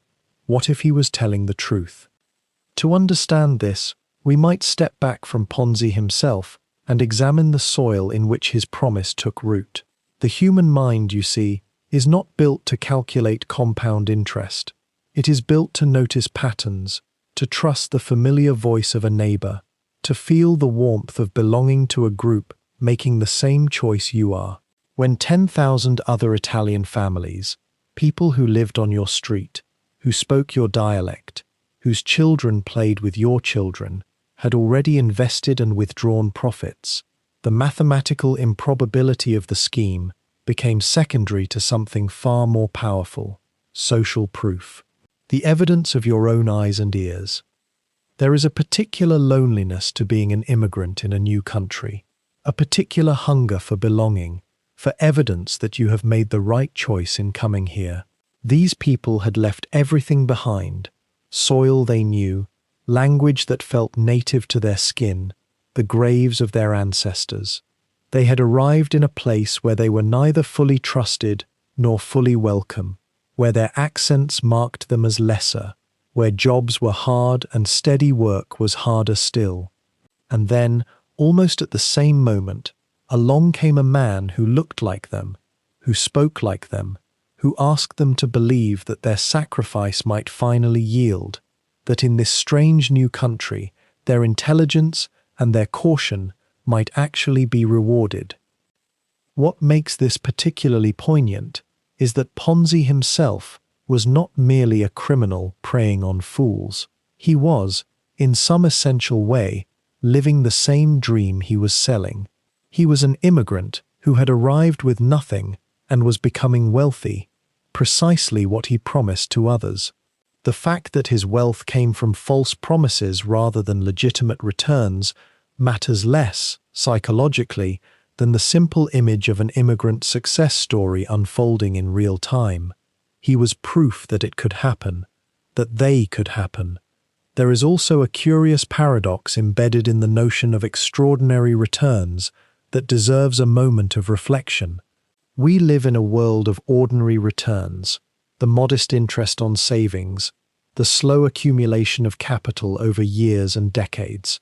And yet we also live in a world where sudden fortunes do occasionally appear, a stock that rises tenfold, a business that becomes wildly successful, a piece of real estate that appreciates beyond expectation. These things happen rarely, but they do happen, and when they happen, they become stories, they become lodged in memory, they become proof that the impossible is possible. Ponzi was, in essence, offering not a mathematical proposition, but a narrative.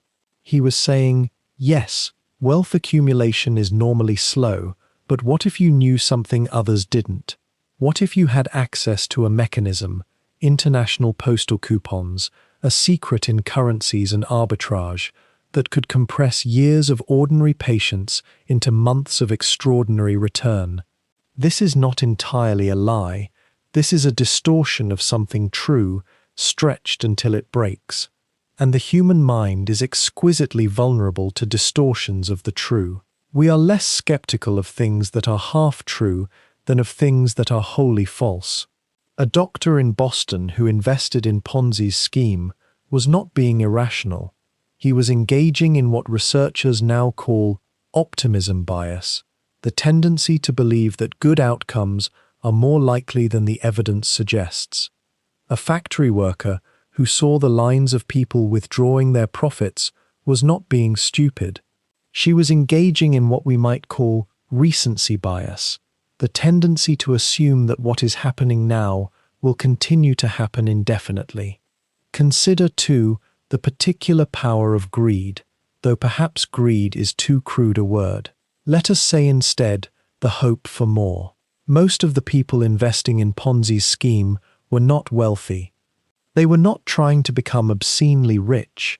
They were trying to achieve what seemed, in the context of their lives, a modest miracle, perhaps enough to buy a house free of debt, enough to give their children an education, enough to retire without being a burden on their sons and daughters.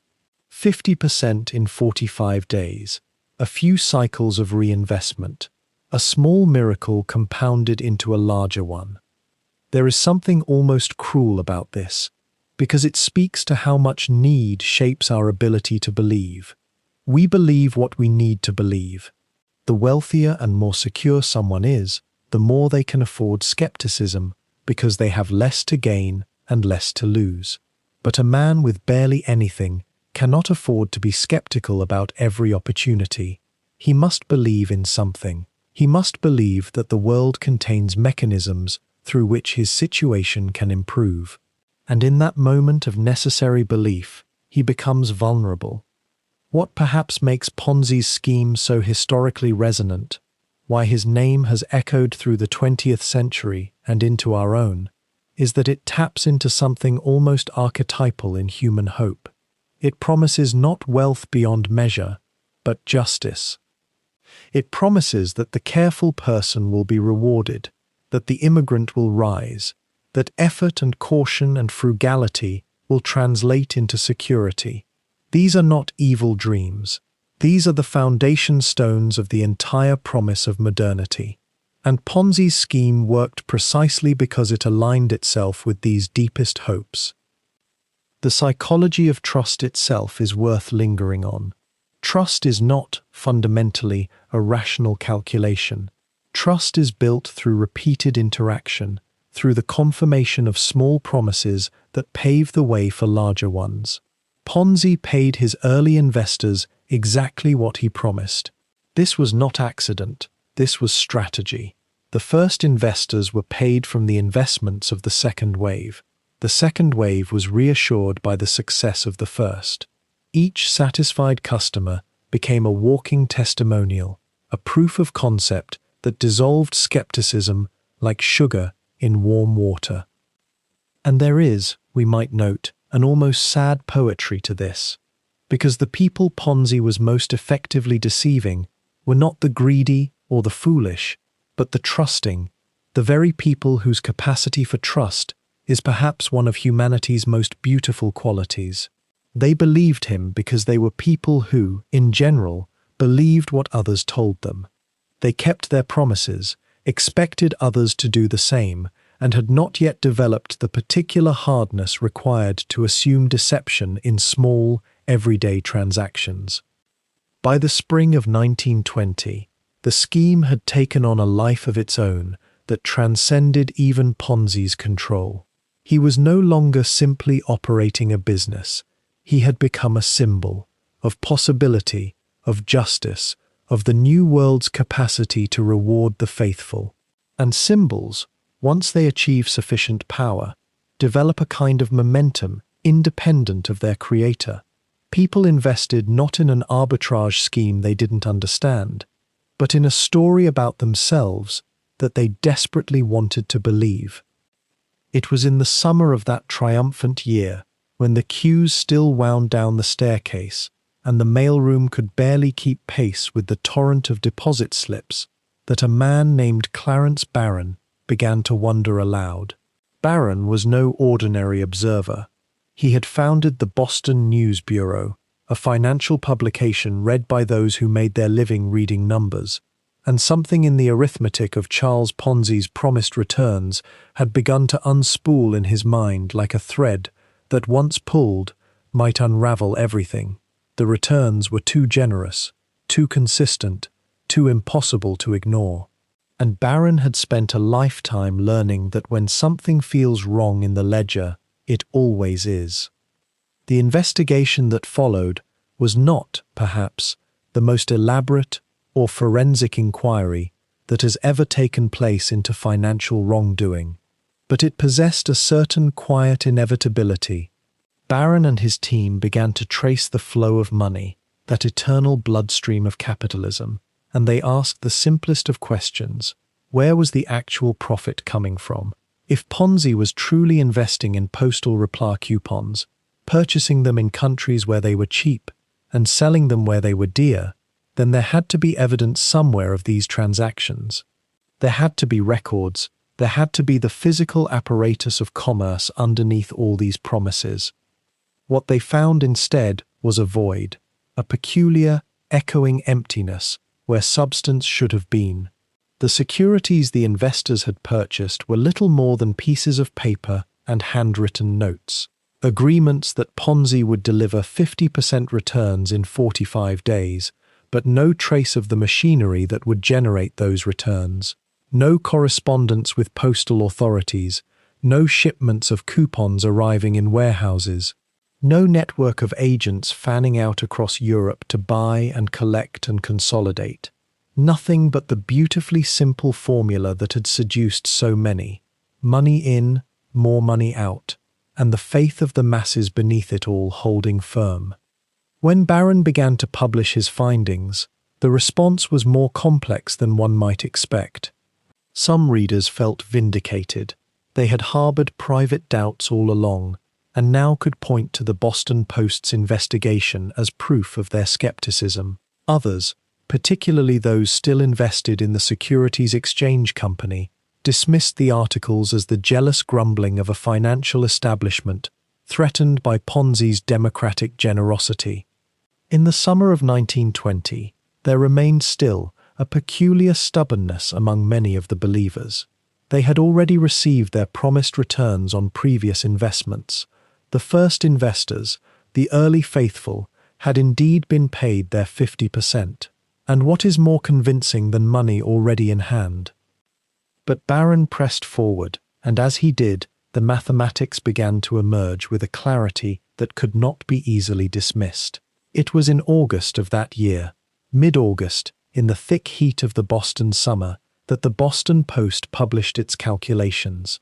If Ponzi were genuinely reinvesting every penny he received into this postal coupon scheme, then for the numbers to work, for him to have truly purchased and turned around and resold the quantity of coupons that his operations would require, he would have needed to control something like half of all the postal replica coupons in circulation in the entire world. Half, not a portion, not a meaningful share, but half. The absurdity of this, once stated plainly, became difficult to unsee. It hung in the air like smoke. Even those who had wanted to believe in Ponzi began to feel the weight of it settling on their shoulders. The arithmetic was not ambiguous. It was not a matter of interpretation or financial theory. It was a simple question. Did Charles Ponzi control half the world's postal reply coupons? The answer, gently pursued to its conclusion, was no. He did not. He never had. He never could. And in that moment, something shifted. The collective dream that had sustained the crowds began to crack, not all at once, but in a spreading network of fractures, like ice weakening beneath the weight of changing seasons. The papers that had published Ponzi's advertisements without question suddenly found space for articles questioning his claims. The neighbors who had whispered enviously about the returns their friends were receiving began to whisper differently, now with doubt, now with fear. The psychological mechanism that had kept the scheme aloft, that peculiar alchemy of trust and herd mentality, had been disrupted. Within days of the Post's revelations, the telephone lines to the Securities Exchange Company began to ring with a different urgency. People were no longer calling to invest, they were calling to withdraw. The redemptions that Ponzi had always been able to honor with relative ease, because new money was still flowing in faster than old money was flowing out, now faced an inversion. More people wanted their money back than new deposits were arriving. And there, in that simple reversal of the cash flow, the scheme entered its final, irreversible phase. Ponzi himself, facing this turning tide, attempted various maneuvers.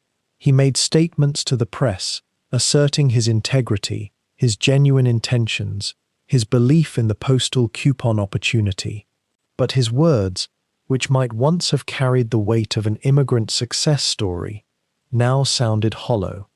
the protestations of a man watching his carefully constructed world dissolve.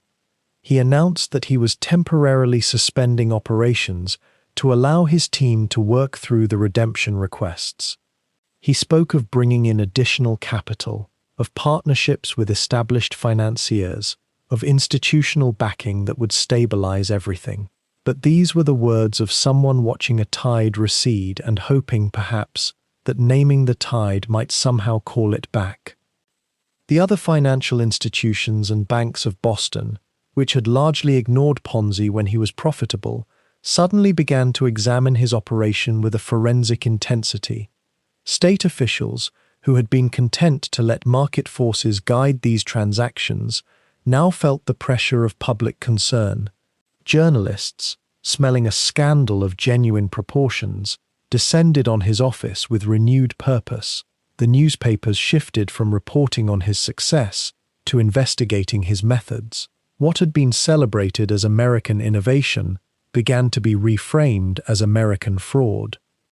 And somewhere in the midst of this collapse, in the gap between the promise he had made and the reality that Clarence Barron had so carefully articulated, Charles Ponzi sat in his small office, watching the slow, inexorable unraveling of everything he had built in such a brief and spectacular span of months.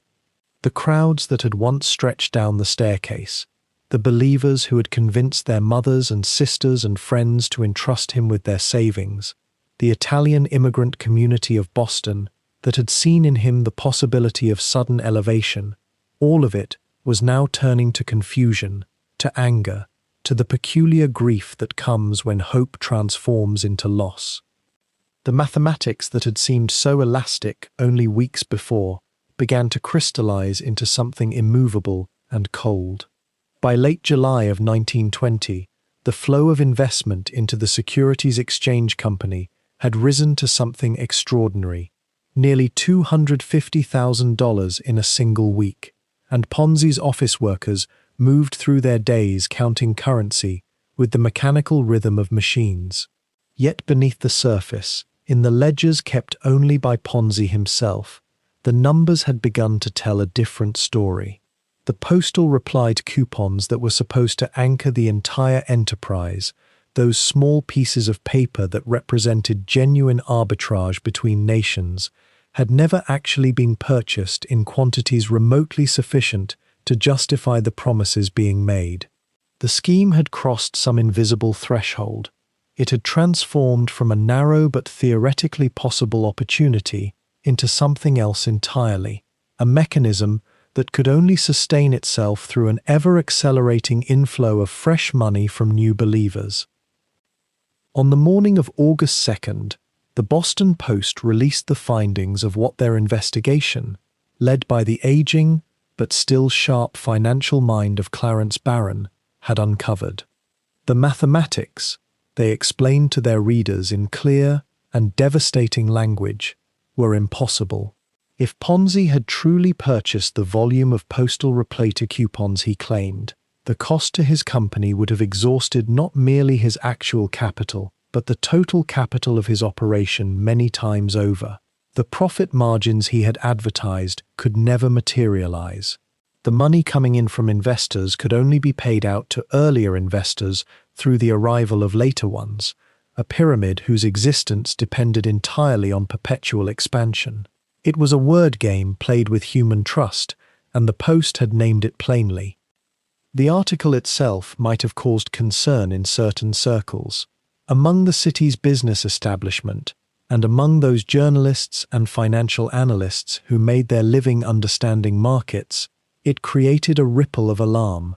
But among the crowds in Boston's North End, among the Italian immigrant families who had invested their savings and borrowed from relatives and trusted friends, the Boston Post's warning struck with the force of a sudden cold wind. Within hours of the newspaper hitting the streets, the first people began to gather outside Ponzi's office at 27 School Street. They came not with the leisurely confidence of investors arriving to make a deposit, but with the rigid urgency of people who had begun to understand that something precious was slipping from their grasp. the queues formed by midday. Men in work clothes who had scraped together small fortunes stood shoulder to shoulder with women clutching handkerchiefs and wearing expressions of barely controlled panic.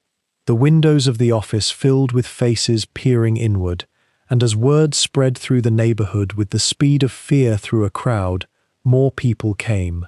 They wanted their money, not in 45 days, not in a week, now. The line stretched down the staircase and into the street, and it grew longer with each passing hour as the morning became afternoon, and the afternoon stretched toward evening. Inside the office, Ponzi moved with a strange kind of calm that might have seemed to an observer like confidence, but was perhaps something more complicated. He had, for so many years, depended upon his ability to maintain composure while the world around him shifted and fractured. He had learned in prison cells and in the shadowed rooms where desperate men made their deals that the moment a man's resolve falters, it becomes visible to others. So he paid. Dollar after dollar, small fortune after small fortune, as people stepped forward and signed the documents that formally ended their claim on the Securities Exchange Company. He paid them with the money that had only recently arrived from new investors, the same mechanism that had always kept the scheme alive, now running in reverse as withdrawals accelerated and the flow of new money, having received its cold shock from the Boston Post article, began to slow. The city's banks, watching the scene unfold, grew increasingly nervous. The deposits that Ponzi had placed with them, the temporary reservoirs into which the flow of investor money had been channeled, began to be called into question. Did these funds legally belong to Ponzi's company, or did they represent money that had been entrusted to the Securities Exchange Company by those now gathering at the office to reclaim it? The legal ambiguity, combined with the sheer volume of cash flowing outward, created a kind of contagion. By August 3rd, the intensity of the run had only intensified. The lines grew longer. The supply of available cash, despite Ponzi's attempts to maintain his image of infinite resources, began to visibly diminish. And as cash reserves dwindled, the impossible mathematics that had always lived at the heart of the scheme became suddenly, terrifyingly concrete. Ponzi continued to speak to the crowd with the same rhetoric that had always served him so well. He assured people that their money was safe, that the Securities Exchange Company remained fundamentally sound, that this temporary panic was merely a test of faith that those with true confidence in his vision could easily weather. Some people, upon hearing these words from Ponzi himself, who had in recent months become a kind of folk hero in certain parts of the city, turned away from the queues, their doubts quieted by his presence. But most did not. Most had crossed a line in their own minds between hope and fear, and once crossed, that line proved impossible to recross. By August 5th, the fifth day of the run, the cash reserves had been effectively depleted. Ponzi, standing in his office that had only weeks before been the epicenter of a financial miracle, was forced to inform the growing crowd that he could no longer meet withdrawal requests. No more money would be paid out today, perhaps tomorrow or the day after, once certain transactions had been completed and new funds had been collected. It was the moment, more than any moment before it, at which the illusion finally broke. Not everyone knew at that instant that the Securities Exchange Company would never reopen. But something fundamental had shifted in the collective understanding of what was actually present and what had only ever been promised.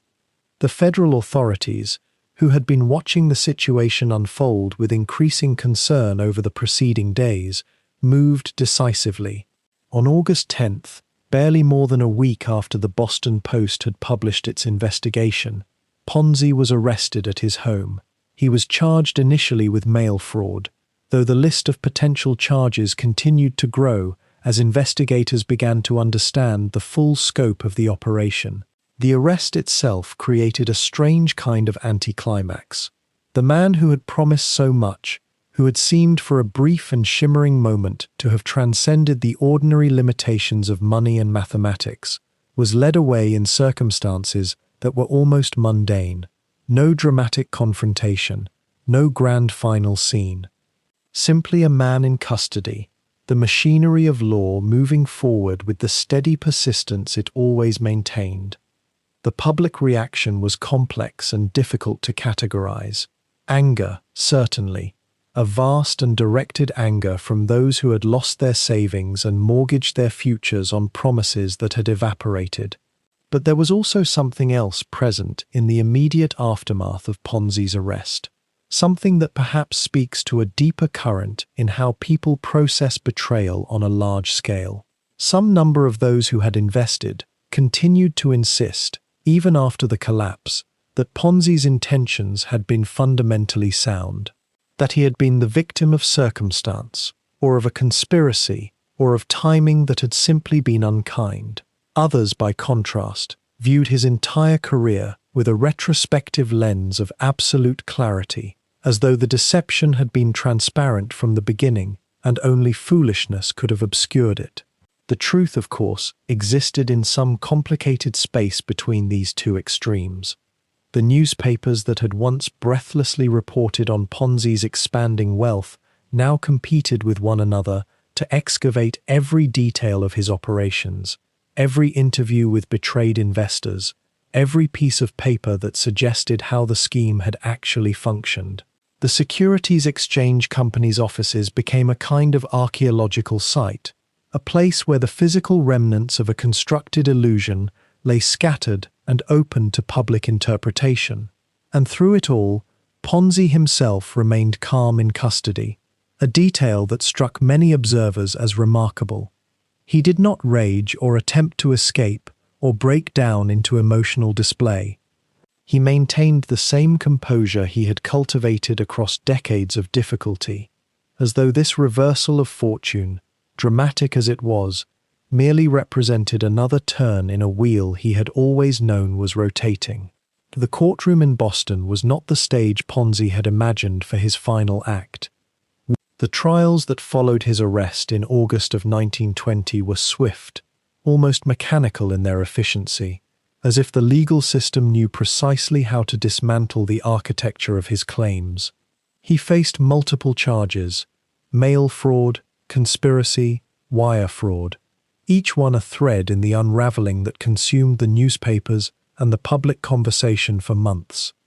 The man who had promised 50% returns now found himself unable to return anything at all, and the irony was not lost on observers who watched him sit in the dock with the same composed demeanor he had maintained in his office, answering questions with a sort of weary resignation that suggested he had always known this moment might arrive. His defense was fragile, built on the assertion that he had genuinely believed in the postal reply coupon scheme, that the mathematics might have worked under different circumstances, that he had been a dreamer rather than a criminal. The prosecutors were less generous in their interpretation. They presented evidence of his earlier convictions, the forged checks in Montreal, the smuggling charge that had sent him to prison before. A pattern emerged across the years, not of a man chasing legitimate opportunity, but of someone who had become comfortable with deception, who had learned its rhythms and rewards, and who understood that in the gaps between promises and reality, fortunes could be built, at least temporarily. The jury was unmoved by his explanations. In November 1920, he was convicted on mail fraud charges and sentenced to 5 years in federal prison. The imprisonment that followed was perhaps more bearable than the freedom he had briefly enjoyed. A penitentiary offers a strange sort of clarity, a removal from the pressures and temptations of the outside world. Ponzi served his sentence at the federal penitentiary in Atlanta, and by accounts that filtered back to those who had known him, he bore it with a kind of stoic acceptance. There was no more scheming in those years, no more promises whispered in corridors. The man who had once commanded rooms fell into the rhythm of institutional life, the quiet regularity of cells and meal times and work assignments. One wonders if he reflected, in those long nights, on the choices that had brought him here, or whether he had simply accepted imprisonment as the inevitable tax one paid for having reached for more than the world typically allowed. But the imprisonment in Atlanta was not the final chapter. Even as Ponzi served his federal sentence, immigration authorities were preparing their own case against him. Despite his nearly 2 decades in America, despite his marriage to an American woman, despite his efforts to establish himself as a legitimate businessman, the question that had always hovered over his presence in the country now demanded an answer. Was he truly a citizen? The answer, it turned out, was no. Ponzi had never completed the naturalization process.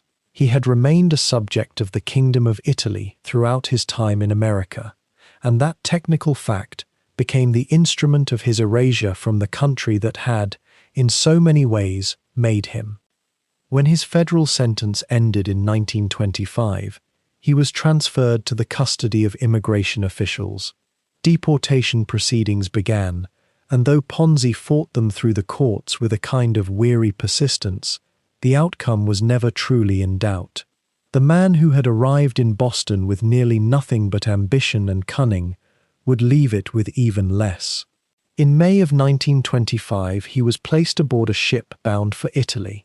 The voyage must have felt like a return to a place that was no longer home, a forced journey backward across an ocean he had crossed in hope as a young man, and was now crossing again in defeat. Italy of 1925 was not the Italy he had known in 1903. Mussolini had consolidated power, and a new and darker era was dawning across Europe. Ponzi was a peculiar kind of returning exile, not a political refugee, but a deportee, a man whose name had become synonymous with fraud in the nation that had once given him shelter and opportunity.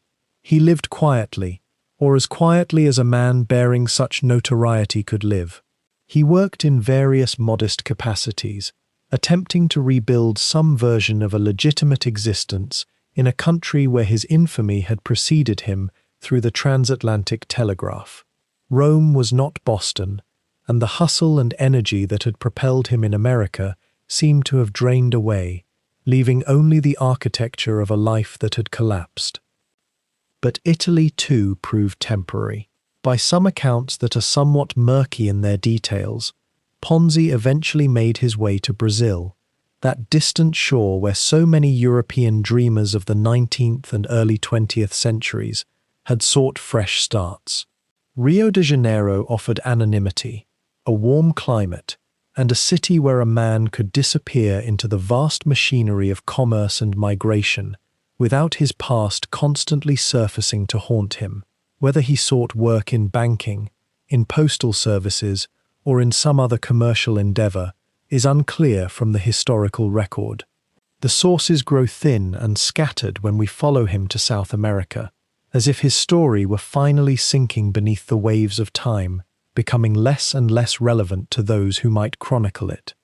The years in Brazil stretched across the 1930s and into the 1940s. Ponzi would have been middle-aged and then older, moving through decades marked by global catastrophe, depression, war, the reshaping of the world order, events that made the dramatic rise and fall of a postal coupon fraudster seem almost quaint in retrospect.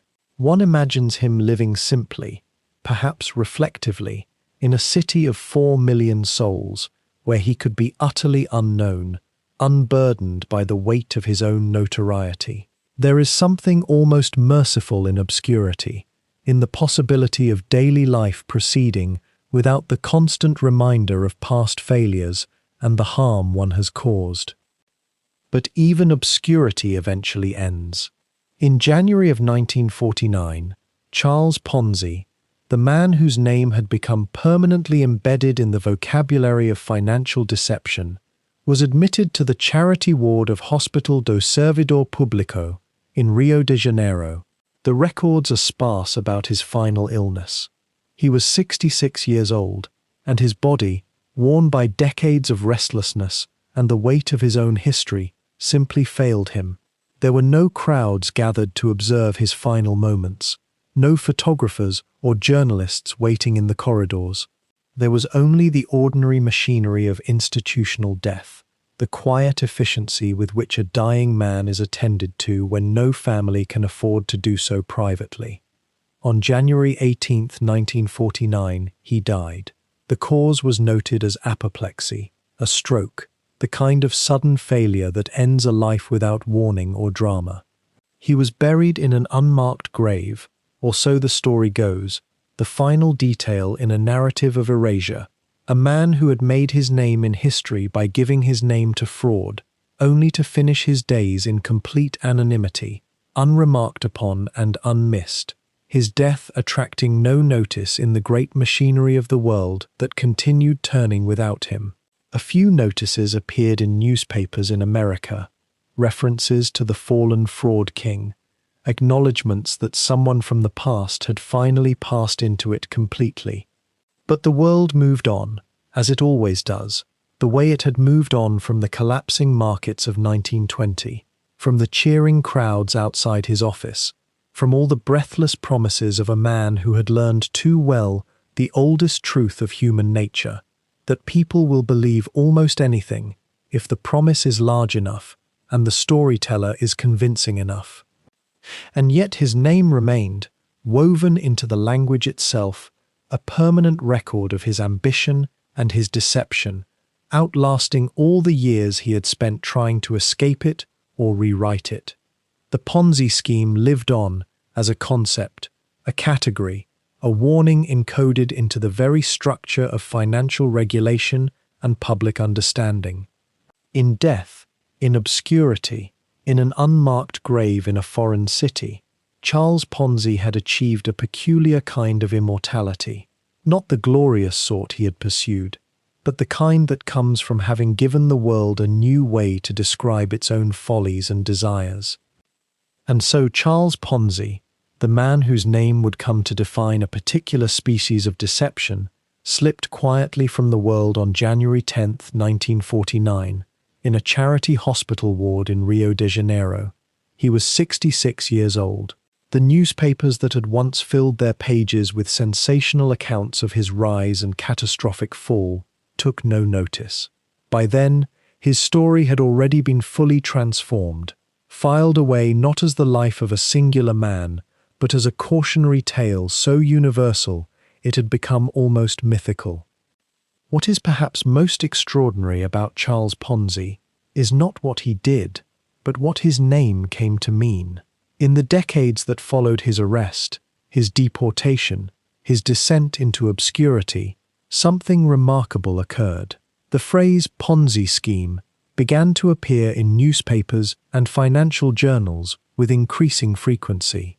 It became shorthand, a way of naming something that had always existed, human beings promising returns that could not possibly materialize, using the money of new investors to pay off old ones, each layer of deception growing thinner and more fragile until the entire structure collapsed under its own impossible weight. But Ponzi himself faded from view almost entirely. The man became merely the word, and perhaps that is a fitting epitaph for someone who spent his life trying to become something he was not, who built his fortune on the gap between appearance and reality, between what he promised and what was possible. In a strange twist of fate, his erasure was complete precisely because his legend had become permanent. The story of Charles Ponzi, when we sit with it in this quiet space, asks us something deeper than the question of how he was able to deceive so many people. It asks us instead about the nature of hope itself, and the thin, permeable membrane that separates hope from delusion. When those Italian immigrants lined up outside his office on School Street, clutching their modest savings and their letters from relatives, what were they truly believing in? Were they believing in Ponzi, or were they believing in a promise that had been whispered to them since childhood? The promise that America was different, that fortunes could be made quickly, that ordinary people could transcend the circumstances of their birth. Perhaps the deepest truth of the Ponzi scheme was not that Ponzi was particularly clever, but that he understood something fundamental about human psychology. He understood that when we are afraid, when we are struggling, when we see others around us succeeding through channels that seem to us opaque and mysterious, we are vulnerable to the seduction of certainty. 50% in 45 days. The promise was outrageous, and yet people believed, not because they were foolish, but because the alternative, remaining poor, remaining powerless, watching others rise while they remained fixed in place, was unbearable. This is perhaps why his name endured when so many other financial swindlers have been forgotten. Because the scheme that bears his name was not invented by Ponzi, nor did it die with him. It has been reincarnated countless times, in countless forms, each generation discovering anew the alchemy of taking new money and using it to pay old debts. Each generation finding a new reason why this time, uniquely, it might work. New technology, new markets, new countries where fortunes could allegedly be made in ways that the ordinary financial world simply did not understand. The tragedy of Charles Ponzi, then, was not merely his own downfall. It was that he illuminated something about human nature, about our capacity for hope, yes, but also our capacity for self-deception, our willingness to believe the implausible when it comes dressed in the language of certainty and wrapped in the promise of escape from our current circumstances. He showed us that we are all, in some small way, vulnerable to the seduction of the impossible return. There is a melancholy in reflecting on Ponzi's later years, those decades of obscurity after his deportation back to Italy, his eventual journey to Brazil where he lived in relative anonymity, working odd jobs, his name known to few around him, his moment of infamy behind him. One might imagine him sometimes remembering those heady days in Boston, when he walked down the street and was recognized, when people pressed money into his hands and called him a genius, when he seemed, for just a moment, to have achieved the American dream that had drawn him across the ocean as a young man. But what he had achieved, of course, was not the dream itself. It was only the appearance of the dream, a reflection in still water that vanishes at the slightest disturbance. The money he spent so lavishly, on his wife, on his home, on the trappings of wealth and success, was never truly his. It was merely money in motion, transferred from the hopeful poor to the allegedly rich, a perpetual recycling that could continue only as long as the supply of new believers remained inexhaustible. And in this way, Charles Ponzi becomes something larger than himself. His story is woven into the broader tapestry of human longing and human frailty, of the eternal tension between what we wish to be true and what is actually possible. He becomes a cautionary figure, yes, but also a mirror.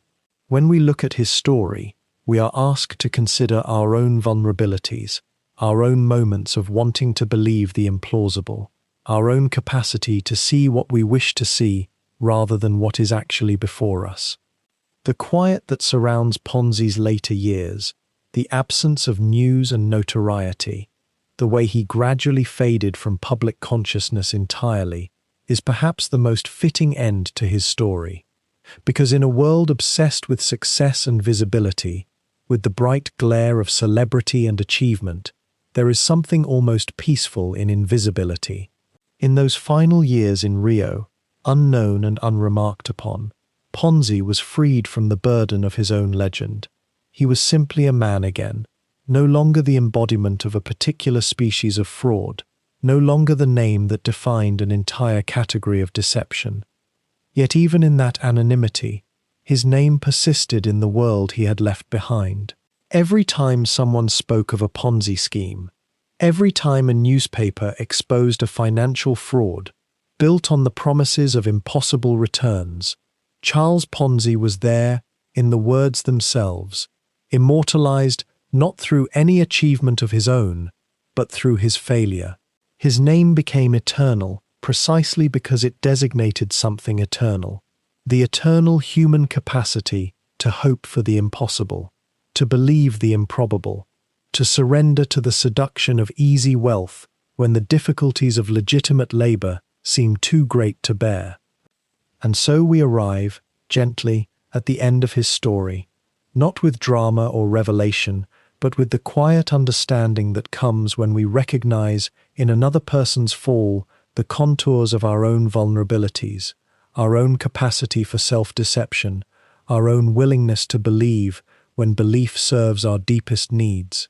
Charles Ponzi was extraordinary only in this, that he made visible what is usually invisible, that he gave a name to something that had always existed, and in doing so, he created a kind of legacy that no success could have purchased for him.